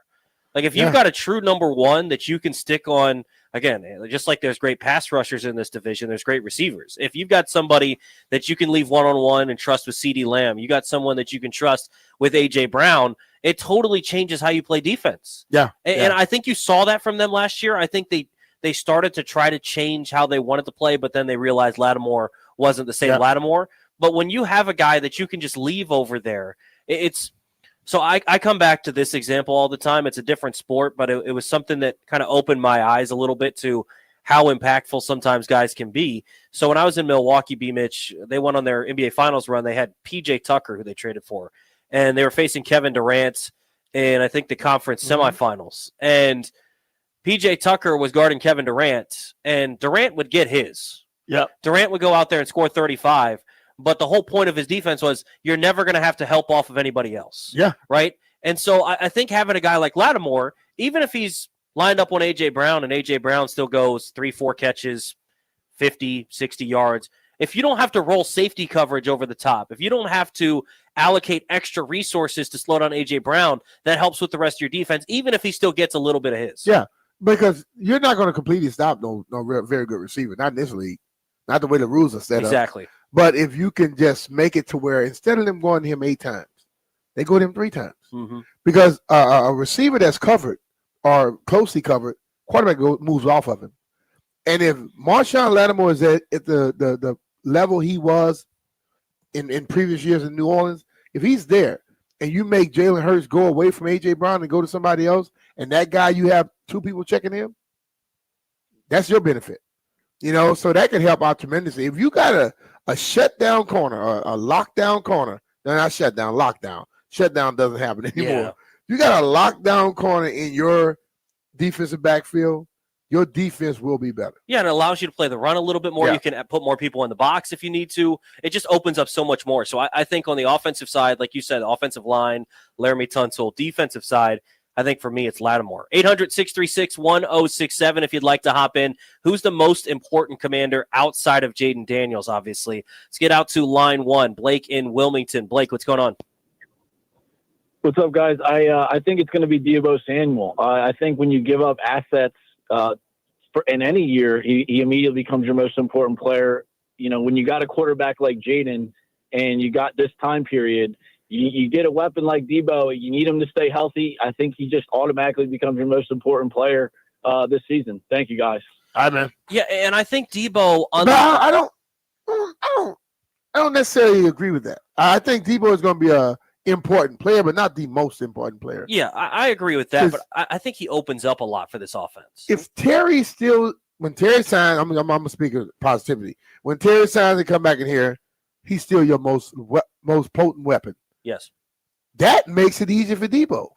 Then Deebo may be able to pull some people down to help Terry. So those two are working in unison, but I don't know if just because you give up assets to somebody, they become your most important player. Well, and they gave up more assets for Tunsil. That's the most important player. But I think when you look at what he's talking about with Deebo, I think it opens up a little bit of what they're trying to do, where I think last year they had, because of the lack of run game in the second half of the year, and they didn't really have a guy that was potent in the screen game. They had a decently effective screen game, but it wasn't great. Mm-hmm. But now having a guy that you feel like you've got to make sure doesn't get off when you throw him a quick bubble screen, I think that's going to open up a little bit of what you're talking about with Terry. Yeah. So I think in tandem, those two work together. But I would still say Terry's more important. Terry, they started to use Terry in the bubble screens last year, and you saw what he did, spit and just went to the house. Yeah. Debo, I think, will be more effective in this offense than he was in San Francisco's offense. And my reasoning is this. Everyone looks at him, and they know he's a receiver, but they judge him based off his size. Oh, he's out of shape. No, he's not out of shape. He's 225 pounds, 220, 225. That's right. And he's only, about 6 feet at most. He's built like a running back. Yeah. But he's not a running back. Yeah. And San Francisco tried to utilize him more as a running back inside the tackles. He's been hit by tackles, DNs, and linebackers. This offense utilizes him on the edges, where he's going to deal with some linebackers, outside linebackers, safeties, and cornerbacks. They don't want to deal with him. And I think that right there is going to help him out more because he has the quickness. He's fast as hell, but he's tougher. I don't care what anybody says. If there's some great cornerbacks in the league, ain't none of them great tacklers. None of them. It's true. Okay, they cover. And they will tell you, I was paid to cover, not tackle. All right? And if he's on the edge dealing one-on-one with them, they're going to have problems trying to stop that dude. Yeah, and even when you look at linebackers in the modern NFL, he's 220.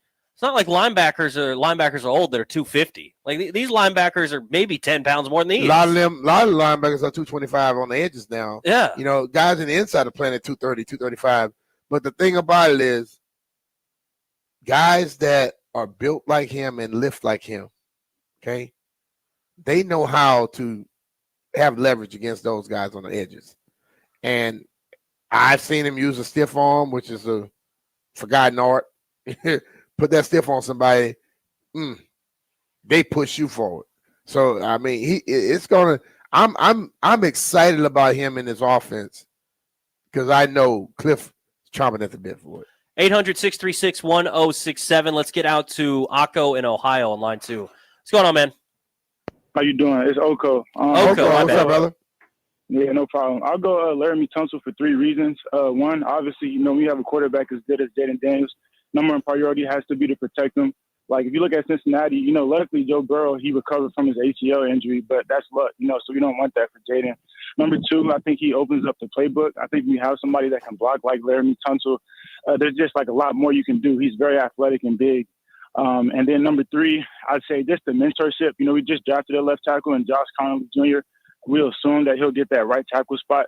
We saw what Mariota did for Jaden last year, being that veteran presence, and I think Tunsil can be that for Connolly. So I'll go Laramie Tunsil. Good stuff. Appreciate brother. the phone call. Yeah, and I think too, I think for the most part, people wanted an edge rusher in the draft, but there was some discussion about a running back in the first round, which I don't know how real that was. There was also discussion about a wide receiver, and people wanted some explosive playmaker or something in the offense. And I think the way that they went about it, which shows how mature of an approach Adam Peters has, is they said, look, we don't necessarily need the explosive playmaker. We need to make sure we have protection so we can get it to the playmakers we have. Yeah, true. And that's what they did. You know what can make the playmakers you have explosive? If their line is blocking better and they don't get touched until they 3-4 yards down the field. We may have an explosive playmaker on a team that happened to come in the 7th round. I love that guy too. Okay, Krosky Merritt, he got screwed by the NCAA, didn't get a lot of play. But then when he went where all the stars were of college in the East-West Shrine game, who got the MVP? Yeah, he did just Who fine. stood out? So that kid, yes, I know most people, he's a 7th rounder. Don't be fooled by the round someone's drafted. Sometimes you get drafted in a certain round because you went to a certain school. But once you get into training camp, the coaches go, this dude could play. That kid, I think, is going to make a difference throughout this year. 800-636-1067 if you'd like to hop in. Who's the most important Washington Commander this season outside, of course, the most important Jaden Daniels? We'll continue talking about it next year on The Fan. Hey, it's Brian Mitchell here. FanDuel is the best place to find all your favorite player props for the NBA Finals that have started up already. And it was a great game last night. And now you can make the smarter play with new performance trends. Want to check out a player's consistency during the playoffs? Or maybe they've been flirting with that potential triple-double. Get the latest stats right inside the app and see who's heating up. And after the tip-off, you can combine live prop bets into a same-game parlay for a chance to win big. If you don't already have FanDuel, it's not too late to get in on the action. You'll get started with $200 in bonus bets if your first $5 bet wins. So just visit FanDuel.com/Brian to join the day. Make every moment more with FanDuel, the official sports betting partner of the NBA. FanDuel Sportsbook is the official partner of 106.7 The Fan. You have to be 21 years or older and present in Virginia. First online real money wager only. $5 first deposit required. Bonus issued as a non-withdrawable bonus bet, which expires 7 days after receipt. Restrictions apply. See terms at sportsbook.fanduel.com. Gambling problem? Call 1-800-GAMBLER.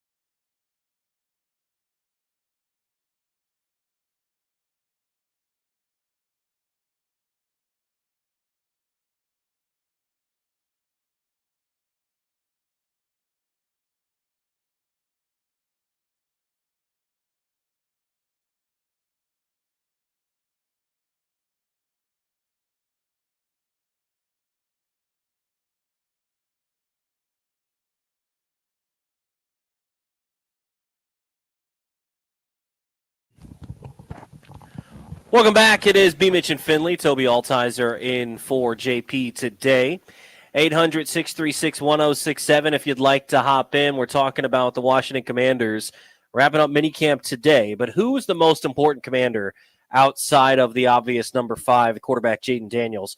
Who's the most important? We've heard Laramie Tunsil. I talked about Marshon Lattimore. We've heard Deebo Samuel. What say you? 800-636-1067. Let's get out to Jaime and Manassas. Jaime, what's going on? What's up, Jaime? Hey, what's going on, guys? Thank you for taking my call. Hey, I think it's going to be Brian Robinson, to be honest with you. I saw what I saw from Brian Robinson at the beginning of the season, the first 6-7 games when he was 100% healthy. It was a different Brian Robinson that I saw towards the end of the season. And BMitch knows this better than anybody. It's something about being 100% healthy and something about being able to play. And I think we didn't see that explosiveness at the end of the season. And that's the reason that we didn't address the position. I know we drafted a 7-rounder, and the kid has a promising future. But we didn't address the position. It's because this coaching staff believe in Brian Robinson. And I think he's going to be key because now if we have a better defense, we're going to have to be able to protect leads in the fourth quarter, and we're going to have to be able to pound the ball and take the air out of the football. And Brian Robinson is going to be a key part of that. So I think he is the most important piece. All right. Besides Jaden Daniels. Yeah. Appreciate it, Jaime. Stuff there, Jaime. Yeah, I think it's big because, like you were talking about, BMitch, they can help out the defensive side of the football by playing ball control. Yeah.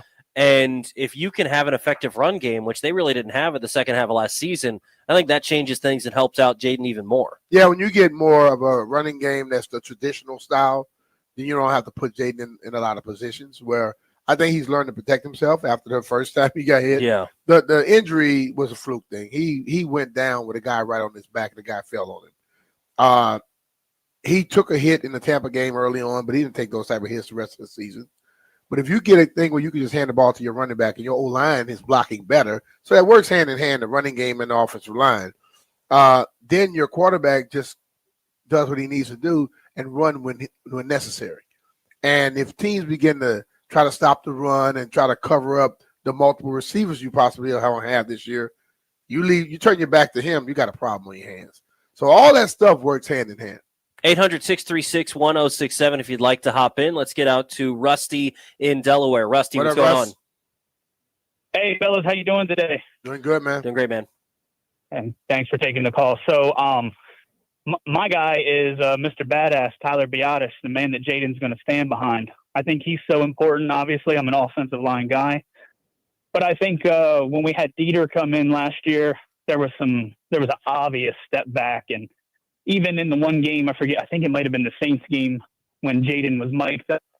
Maybe it was the Falcons game. Either way, I remember Dieter coming over and saying, thanks, JD, thanks for getting me right. I mean, he's a backup for a reason, but I think if we don't have Biadasz in there, it's not as good of an offensive line. So to me, he's the most important player besides five. Hey, Rusty, appreciate the phone call. Your phone cutting in and out there. But that center is vitally important. Big time. Because he communicates everything.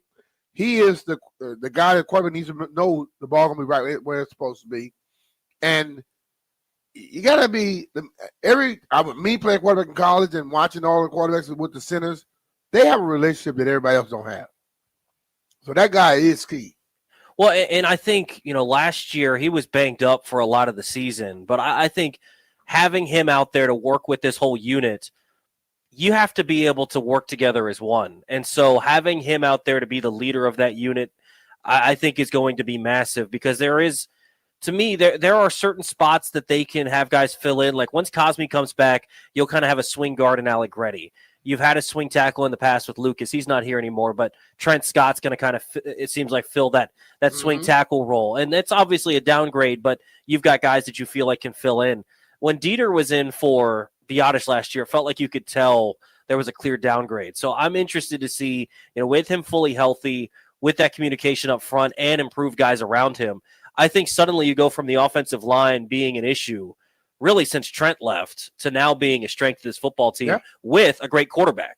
Yeah, and I think like Dieter he plays guard and center. So you got a guy that can fill in. That's cool. You don't want him to start. Yeah, exactly. That's a different ball game right there. Yeah, and I think the other guy that we haven't really mentioned here. You talked about him a little bit earlier when we mentioned Debo, but it's Terry. Terry is still massive to this football team. I know we've talked plenty about the contract stuff. I think we'd both say that stuff's going to get done. So I'm not all that worried about that. But I think when you look at the role that he's going to play once again for this football team, he's the number one option. Yeah. He's the guy that you got to get the football to. And hopefully with the acquisition of a Deebo Samuel, hopefully with the improved offensive line, you allow him maybe to unlock a level of his game, maybe even more than we saw last year. I think you saw last year he was a top 10 receiver. Yeah. I think you could see him even get better because it took a little bit for him and Jaden to build that chemistry. Yeah. They're going to start with that this year. People got, and the thing about people have to be concerned about Deebo, that opens it up even more for him. I look at those two now, and they're built differently. Terry and Deebo reminds me a lot of Art Monk and Ricky Sanders. Gary Clark. Deebo and Gary Clark, not the same size at all, but they have the same mentality. Gary was a maniac on the football field, and he believes he could do everything. That's Deebo's mindset. Art knew he could do everything, like Terry, and they just went out and did it. They didn't say one word. So that's what I'm looking at. Yeah. Those guys, they'll feed off each other, too, because Terry is the most competitive dude I've seen in my life. Don't say a word. But once somebody talk trash to him, he steps up and shuts you the hell up. So I'm looking forward to it. Those two guys together could be a problem. Yeah, and I like their skill sets to work with each other. Yeah. I'm not as high on Deebo as a lot of fans are, but I still think he's going to have a big impact because I think even the threat of Deebo has an impact for this offense, even if he doesn't have the ball in his hands. You have to adjust your thought process of what Deebo is. When people start thinking about Deebo, they look at these other receivers, these route runners doing this and that. Deebo does everything for you. So you got to look at him more as a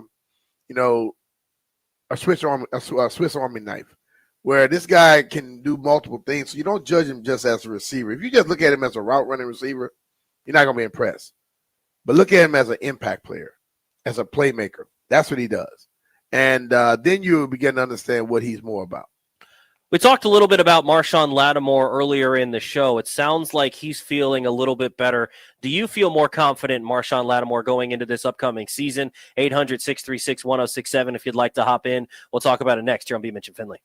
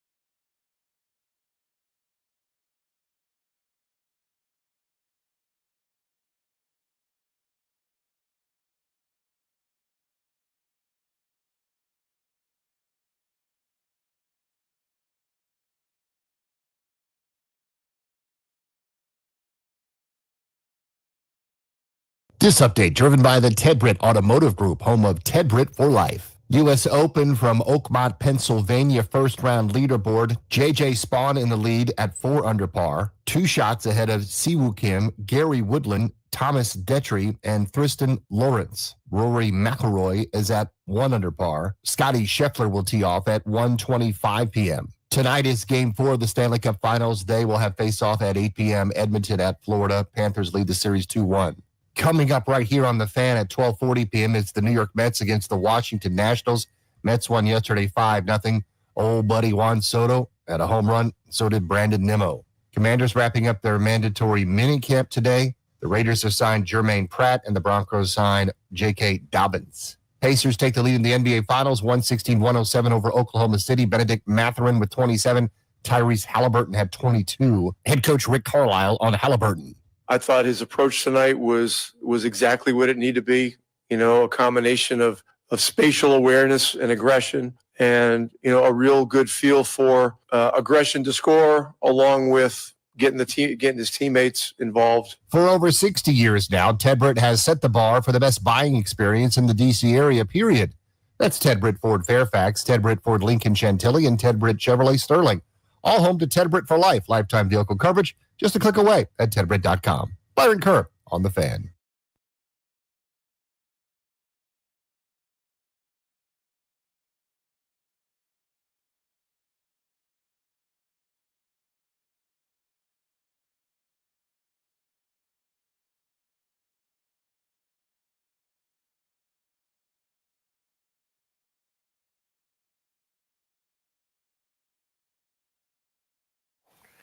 Forgot to mention we have a short show today. Toby Altizer in for JP.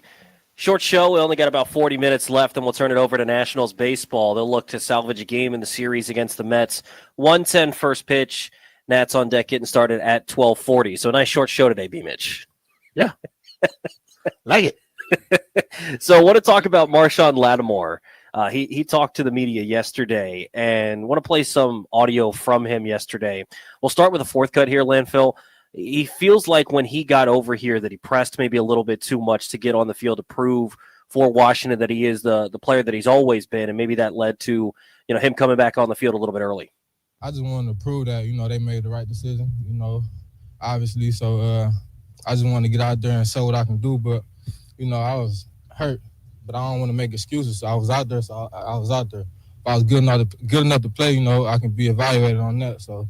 It is what it is. I just want to get out there this year, show what I can do. What does that feel like as a player, B-Mitch?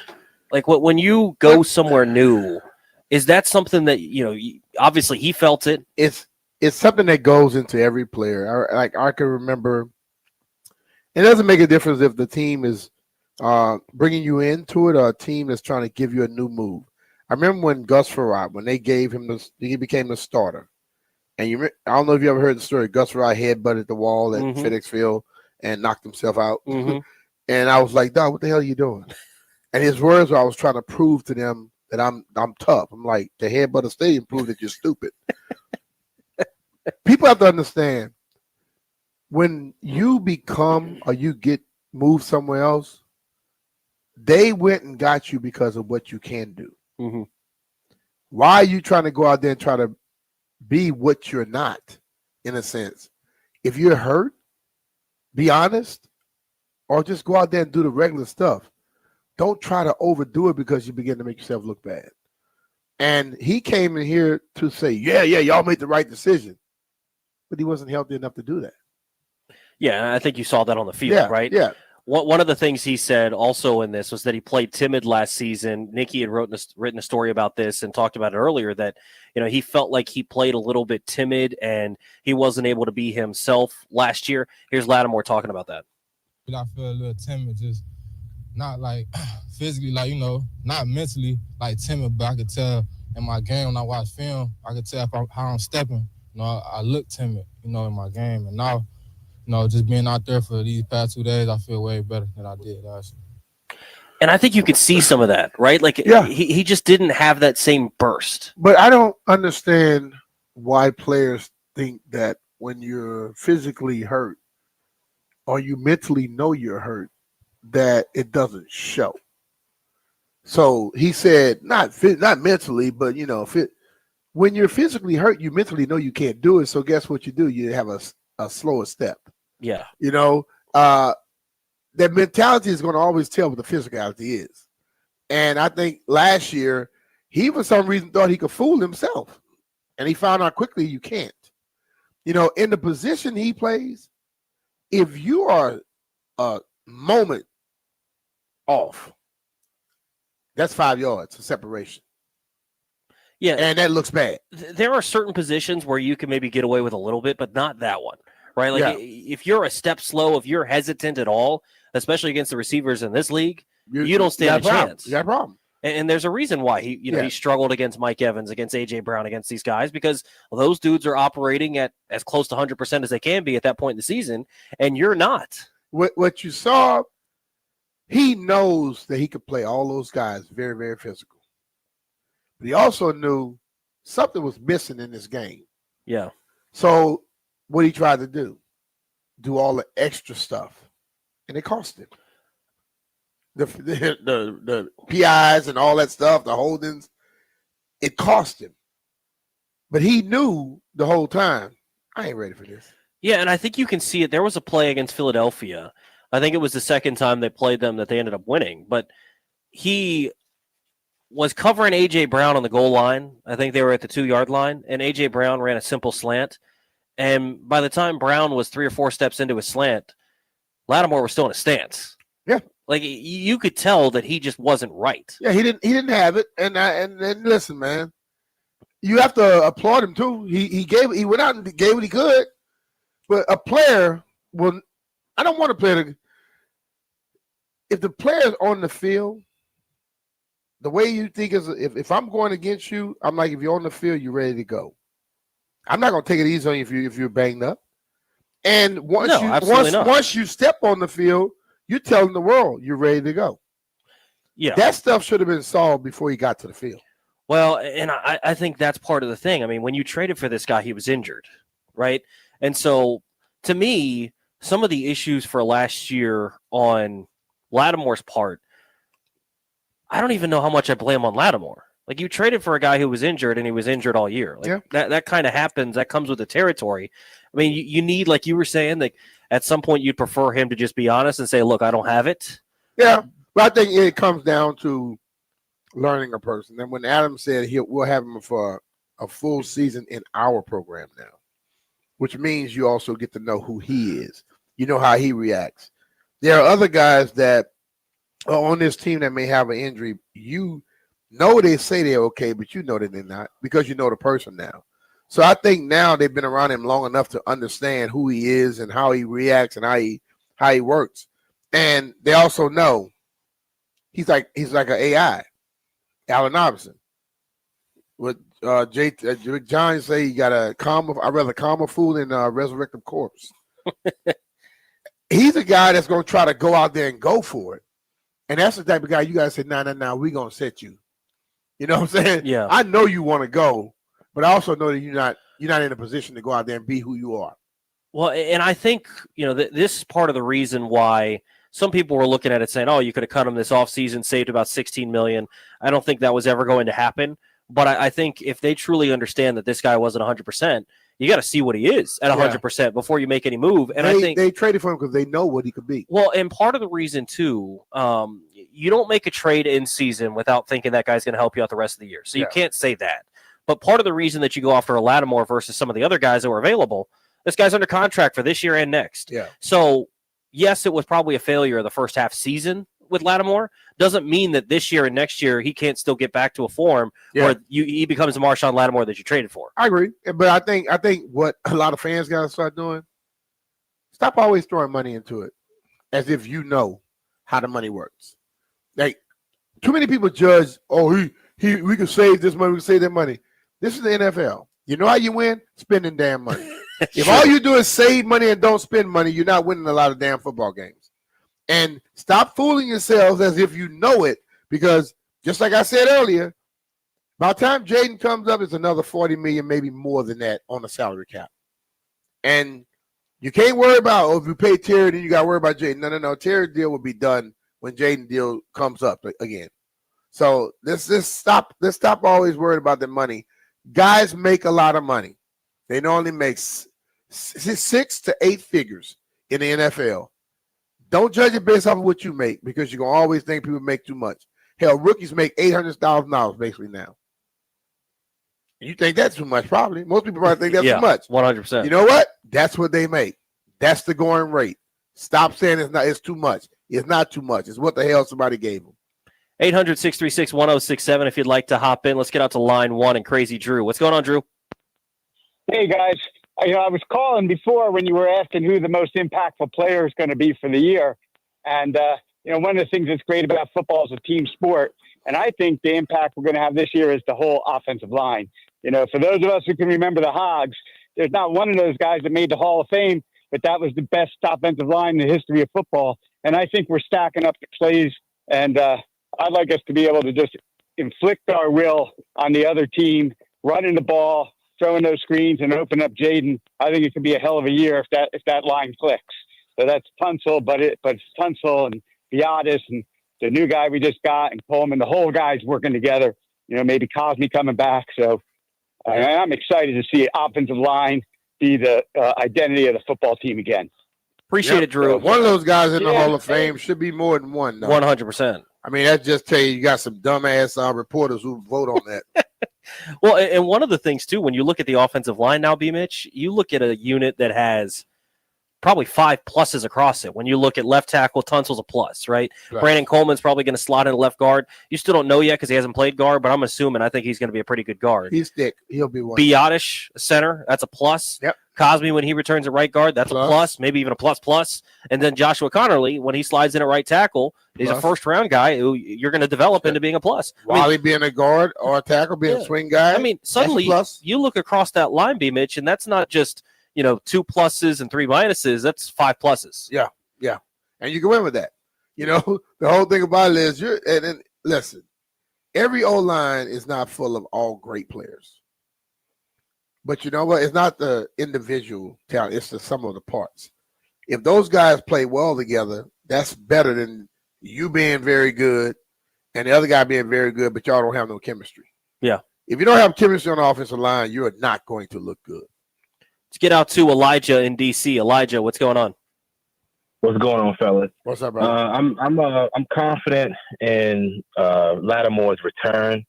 I think what they made this investment and they knew it was going to they knew who they were getting when they beat out some of the other teams to get him Kansas City and some of the effort that they went through to get him. I'm like, they're not going to go through that to cut him.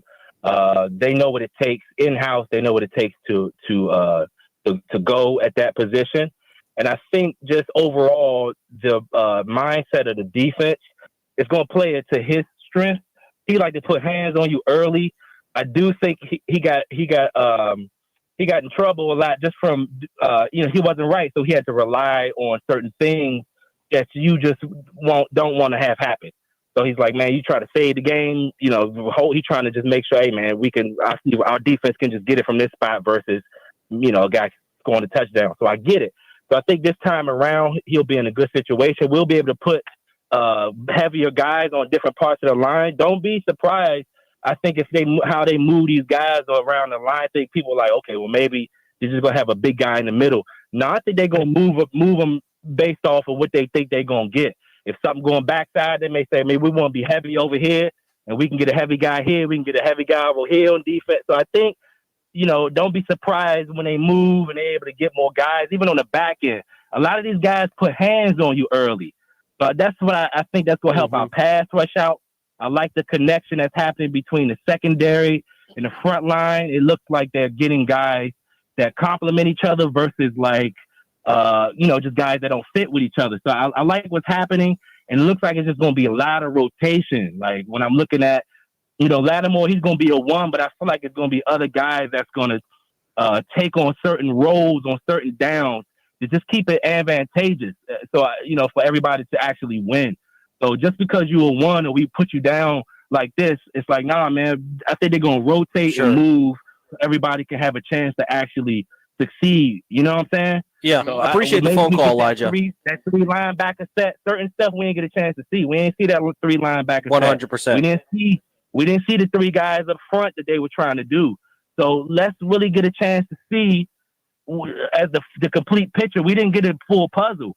So I think even myself included, I'm like, well, sometimes we making declarations and we're saying this is things that are happening based off an incomplete puzzle. Sure. Elijah, appreciate the phone call. Yeah. I think one thing that I really appreciate about this coaching staff, and I think it kind of opened my eyes when you heard how Dan Quinn talked about when they acquired Lattimore, is they have a plan for anybody that they bring into this organization. They understand where they're going to try to put these guys, and they'll adjust as the guys, get into their system and stuff, but they have a plan. I don't think there's any doubt that the plan didn't necessarily work last year with when they got Lattimore, but doesn't mean they still don't have an idea of what they want to do with this guy. So I think when they acquired him, hearing how he talked about, you've got to go get a guy that's a lockdown corner, like you were talking about. When you get a chance to get one of those dudes, you do it. I think we still haven't seen that Lattimore yet. No. So I'm intrigued, like what Elijah's saying. We haven't even seen him at his full health in this defense and what it can be.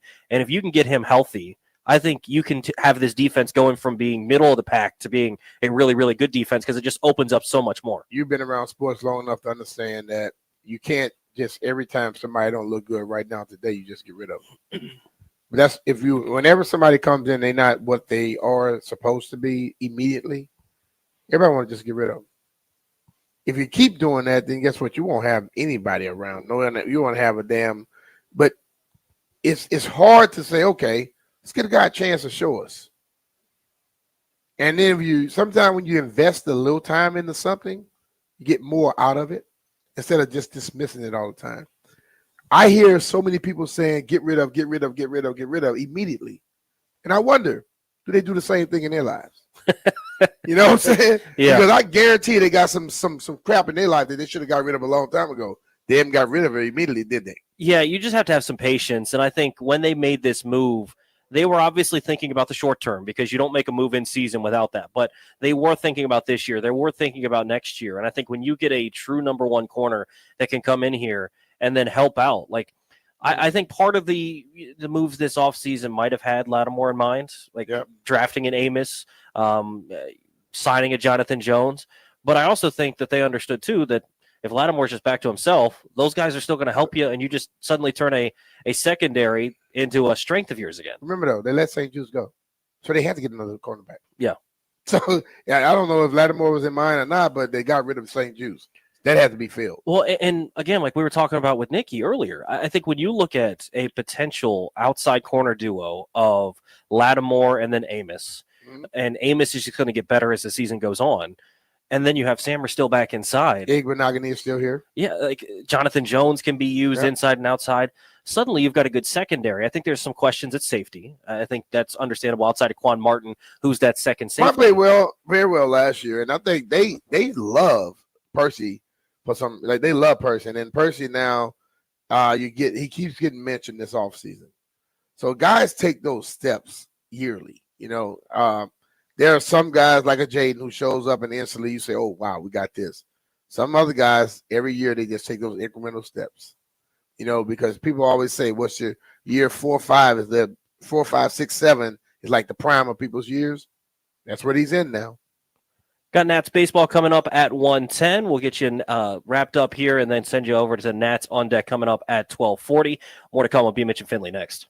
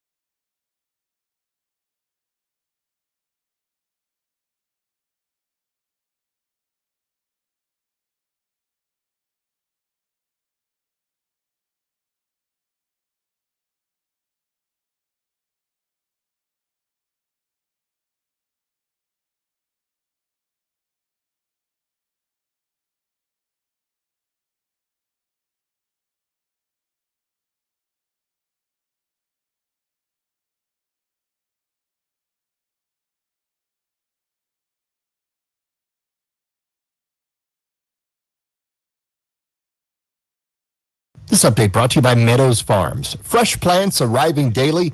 Plant a little happiness. The U.S. Open continues first-round leaderboard. J.J. Spawn in the lead at 4 under par, 2 shots ahead of Siwoo Kim and Thomas Detry. Coming up next here on The Fan is the Nationals against the Mets at 12:40 p.m. with Mike Soroka to the hill. The Commanders' mandatory minicamp wrapped up today. John Keim reporting that ownership was at practice today with Josh Harris, Mitch Rales, and Mark Ein. Stanley Cup tonight has Edmonton against Florida at 8 p.m. Panthers lead the series 2-1. Pacers lead the Thunder 2-1 after Indiana beat Oklahoma City 116-107 yesterday. This Father's Day at Meadows Farms, get free delivery June 12th through the 18th on orders over $500. And when you buy a $100 gift card, get $10 free. Bring the kids out on June 14th to make a craft for Dad at any of our 16 locations. Meadows Farms. Plan a little happiness. Byron Kerr on The Fan.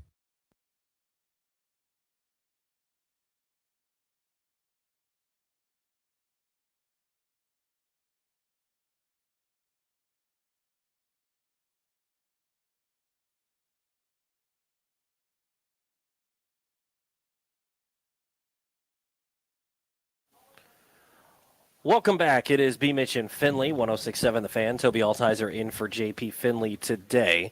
Dan Quinn addressing the media right now. We won't have time to play that for you today, but an update on Noah Brown, BMitch. He did say that he doesn't have an update other than he's having an MRI. He didn't specify on what body part he was injured yesterday. He was carted off the field at minicamp, so a little bit concerning on Noah Brown. But we'll have really no real update other than he's having an MRI today. You worried at all about that then, hearing that? At this point, no. I mean, I've watched guys get hit, they limp a little bit, and they're good later on. You know, players get scared just every time any injury happens to. Well, especially at this point in the offseason. Yeah, right? So, I mean, no, I'm not worried right now. If something comes out, then I'll know. But based off of everything I've heard and what you see yesterday, didn't look like it was something super major, but you never know. Leading up to Nationals baseball coming up at 12:40, 1:10 first pitch today for the Nationals. BMitch, you've been paying attention to the Nationals at all? They have not been playing the best baseball. They've lost now 4 I'll straight. just tell you this. When I turned on the TV the other day and I saw the stories about the bat dog, I realized that they weren't doing very good on the field anymore because those type of stories come out when there's a lull in the performance. Yeah, when things aren't going good, Yeah. you talk about the bat dog. Yeah. The encouraging people on this team, though, I mean, they're going to probably have – so you have all-stars every year, but it's because every single team has to have an all-star in Major League Baseball. I think there's at least 2 guys that are going to make the all-star team, and it has nothing to do with being just the representative for the Nationals. I think James Wood is well on his way to being a representative, and I think Mackenzie Gore is well on his way to being a representative for the team. Mackenzie Gore pitched well again the other day against the Mets. They ended up losing in 10 innings. This is a tough one, B-Mitch. This is one that you feel like you got to win. Nationals were up 3-1. They put 3 runs on the board early, and Mackenzie Gore gave up a couple of runs, but that was it. So when he left the game, they were up 4-2. That's when you feel like you got to find a way to win. They weren't able to. They gave up 2 runs in the 8th inning, and then ultimately gave up a run in the 10th after they didn't score, and they lose 5-4. But Mackenzie Gore now lowers his season ERA to 2.88. He's the league leader in strikeouts, went 6 innings, gave up 2 earned runs. He's been really, really impressive to watch this season. What's his record? It's 3-5. See, that right there is a problem to me. Now, see, I know we do a lot of praising of certain people. Now, I'm going to be honest with you. Their bullpen and closers have been a problem for a long time. Big That's time. Not just something that just popped up. Well, this year. and that's something that I think is interesting because that to me is that's a Rizzo philosophy. And I understand it to an extent because the most volatile position in baseball is a reliever. One year a guy can be great, next year a guy can be horrible. So you don't want to invest significant resources in that. But it's also not shocking when you go into a year like this year and you've actually got decent starting pitching and your relievers just aren't giving you anything. And they've been better recently since they've moved on from some guys and depended on more of these young guys, but it's still not good enough. They won 1 World Series, and I think a lot of people they run with that. But when they won the World Series, B-Mitch, that was the worst bullpen to ever make the postseason. But then they had unbelievable starters. Okay, But there are other teams that win the World Series all the other years that their closers and their bullpen is legit. Yeah. Maybe, just maybe, that one philosophy he has is not the best. Yeah, I mean, everybody else does it, and they do well with it. No question. I think there are maybe some tweaks that they need to have done, and this goes back a little bit to that Rosenthal piece, which I think was a weird timing for it because I think they've made some of those adjustments, but maybe sometimes you have to adjust your philosophy a little bit. But regardless, I think the disappointing part about this team right now, BMitch, is they're 30-37 on the year, and they feel like they could be right there. And you've got to win games like you had in game 1 of this series, game 2 of this series against the Mets. They lost 5-0. Their kryptonite apparently is David Peterson. I think he's now appeared against this team 12 times, BMitch. I think Jags was given the stat on the broadcast last night. He's either appeared as a reliever or as a starter 12 or 13 times against this team. And whenever he's thrown a pitch against the Nationals, they've only lost. The Mets have only lost one of those games.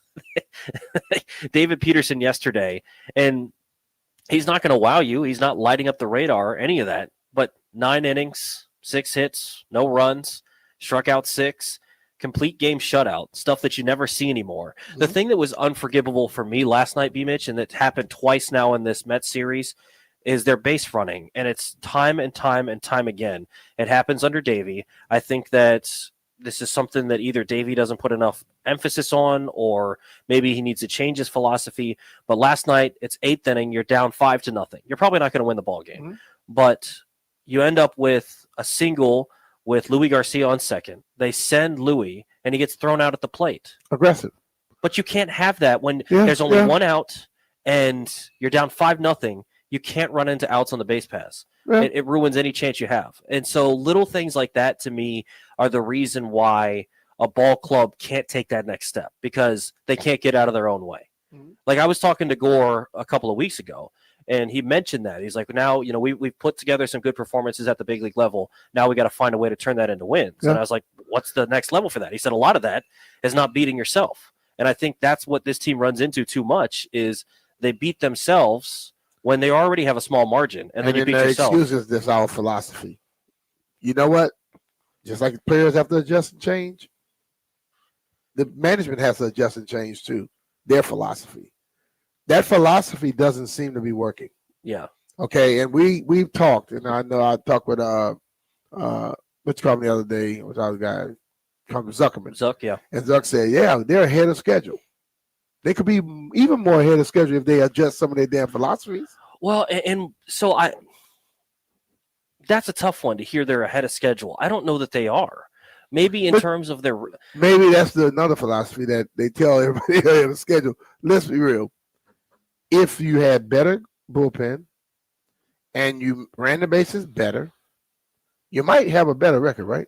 That's true. Then that would mean that, guess what? You're probably ahead of schedule. And so what I think is interesting, BMitch, is like you look at the Wizards and the way that they've been. I think the Wizards and the Nats now find themselves in similar spots, aside from the fact that the Nationals are coming off a World Series, right? Mm-hmm. Where the Wizards have been bad for so long. Yeah. But over the last couple of years, they changed their front office, and so it's a clear different change in philosophy, and I can get on board with what they're doing now. Yeah, the Wizards, yeah. It feels like, even though it's just, if you look at the records, it's like losing year. There's a clear change in there. There hasn't been any change for the Nationals. Mike Rizzo's still the general manager. And so I think whether it's him, whether it's ownership, whoever it may be, I think if you asked Mike Rizzo, I think Rizzo's a good general manager, but I think he is. He's in a position where every time something goes wrong, that could be the learners get blamed. That's true. That could be things that are really his issue, but he never discussed about it. It's always the learners. Well, and I think he would have looked at this year as a time to go spend money to try to win ball games. And like you're saying, I think ownership has some of the blame. I think they could have invested more money in the team, and you could have had a better product. But to your credit, like you're saying, last year, it's not like he had more to work with, and they had a much better bullpen last year. Mm-hmm. He brought in a guy like a Derek Law, a Dylan Floro, who you flipped at the deadline. He brought in guys like that. This year, Jorge Lopez, gone.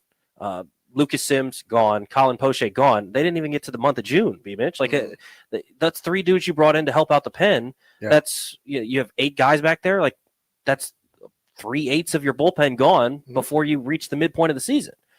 And regardless of whose fault, that's on Rizzo.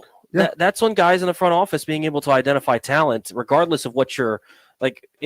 As much as we want to talk about the bullpen and adding resources, that's the place where you can actually save money and still build a good bullpen. Yeah. And I think what you're seeing is the guys that have actually been helpful are guys that they brought in internally, like Cole Henry moving along. Jackson Rutledge has struggled recently. But I think that you just need to see this team take that step, and it feels like they've been in the same spot the last couple of years. It's like banging your head against the wall where they're right there. You could see them have a breakthrough. Every single time they approach 500, they go on a 4-game losing streak. It's like they're right there, but they can't get over the top. And it's frustrating year after year to end up in that same spot. Because they were just coming off of winning 9 of 11 or something like that? Yeah. And then boom. Yeah. I mean, they had a winning month of May. I think they were 15-12 in the month of May. There was a 7-game losing streak in there. So that's a pretty good month when you consider that. Hell yeah. That's a 15-5 stretch or whatever it is, somewhere in there. But they have to take that next step. And it felt like this could have been the year to do that because James Wood was going to be in the bigs. Dylan Cruz is hurt right now, but Dylan Cruz is going to be here. CJ isn't getting any younger. You're not going to have more control of him. Mackenzie Gore took a next step. And that's what's so weird about this national season is the guys that you think are the long-term building blocks of this franchise are having great years. CJ's been good. He's been in a slump recently, but CJ's been good overall. James has been awesome. Gore's been good. Irvin's been up and down. But you've seen guys that you feel like are building blocks of this team have good seasons, and yet they're 7 games under 500 and looking like they're going to be maybe 2 or 3 wins better than they were last year, and that's not enough improvement at this point in the rebuild. And you can't see the comparison I make is this team had a bunch of coaches come through and did not do great jobs. But everybody blamed the owner. And I think right now that same thing is happening over with the Nats, where the people that are handling the business have a free way. They're just free because they can always blame the owners about what they're not spending. But you know what? You can find a way and get the right people in there. You know, you've done it before, and you can do it again. Yeah, they've got to find a way to get better as a ball club, but we'll see if they can get back on their winning ways, and hopefully they can win one up in New York because they've got a 7-game stretch here, BMitch, where they can make some hay. They've got 3 at home against the Marlins and then another 4-game stretch at home against the Rockies. That's 7 winnable games. If you don't do it, then you got problems. You're going to be in some trouble if you can't. If you don't do it, then you better change the damn philosophies. We'll be back tomorrow at 10 o'clock. Get you set for Game 4 of the NBA Finals. A good one last night. We'll be in studio tomorrow. Get ready for the fight. Yeah, they're going to be maybe there'll be some fireworks. Down, B. All right. Maybe some fireworks pre-show with Landfill and BMitch. I'm beating them down. Appreciate Peter Rosenberg for joining us earlier in the show. Appreciate Nikki Jhabvala for joining us as well. I'll be in for JP once again tomorrow. Got plenty of stuff to talk about. Wrap up Commanders minicamp. Also get you set for Game 4 of the NBA Finals. That's going to do it for us on BMitch and Finlay. Ready. I'm ready to answer questions tomorrow. Series finale of the Nationals and the Mets comes up next right here on 106.7 The Fan.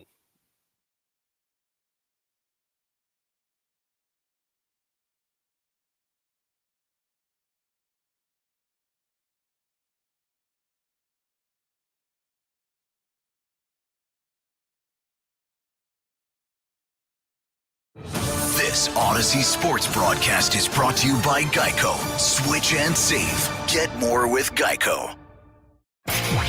Baseball is back in Washington, D.C. Here's the pitch, and the flashbulbs go off. It's in there, a called strike one. And that first pitch will be headed to Cooperstown, and the whole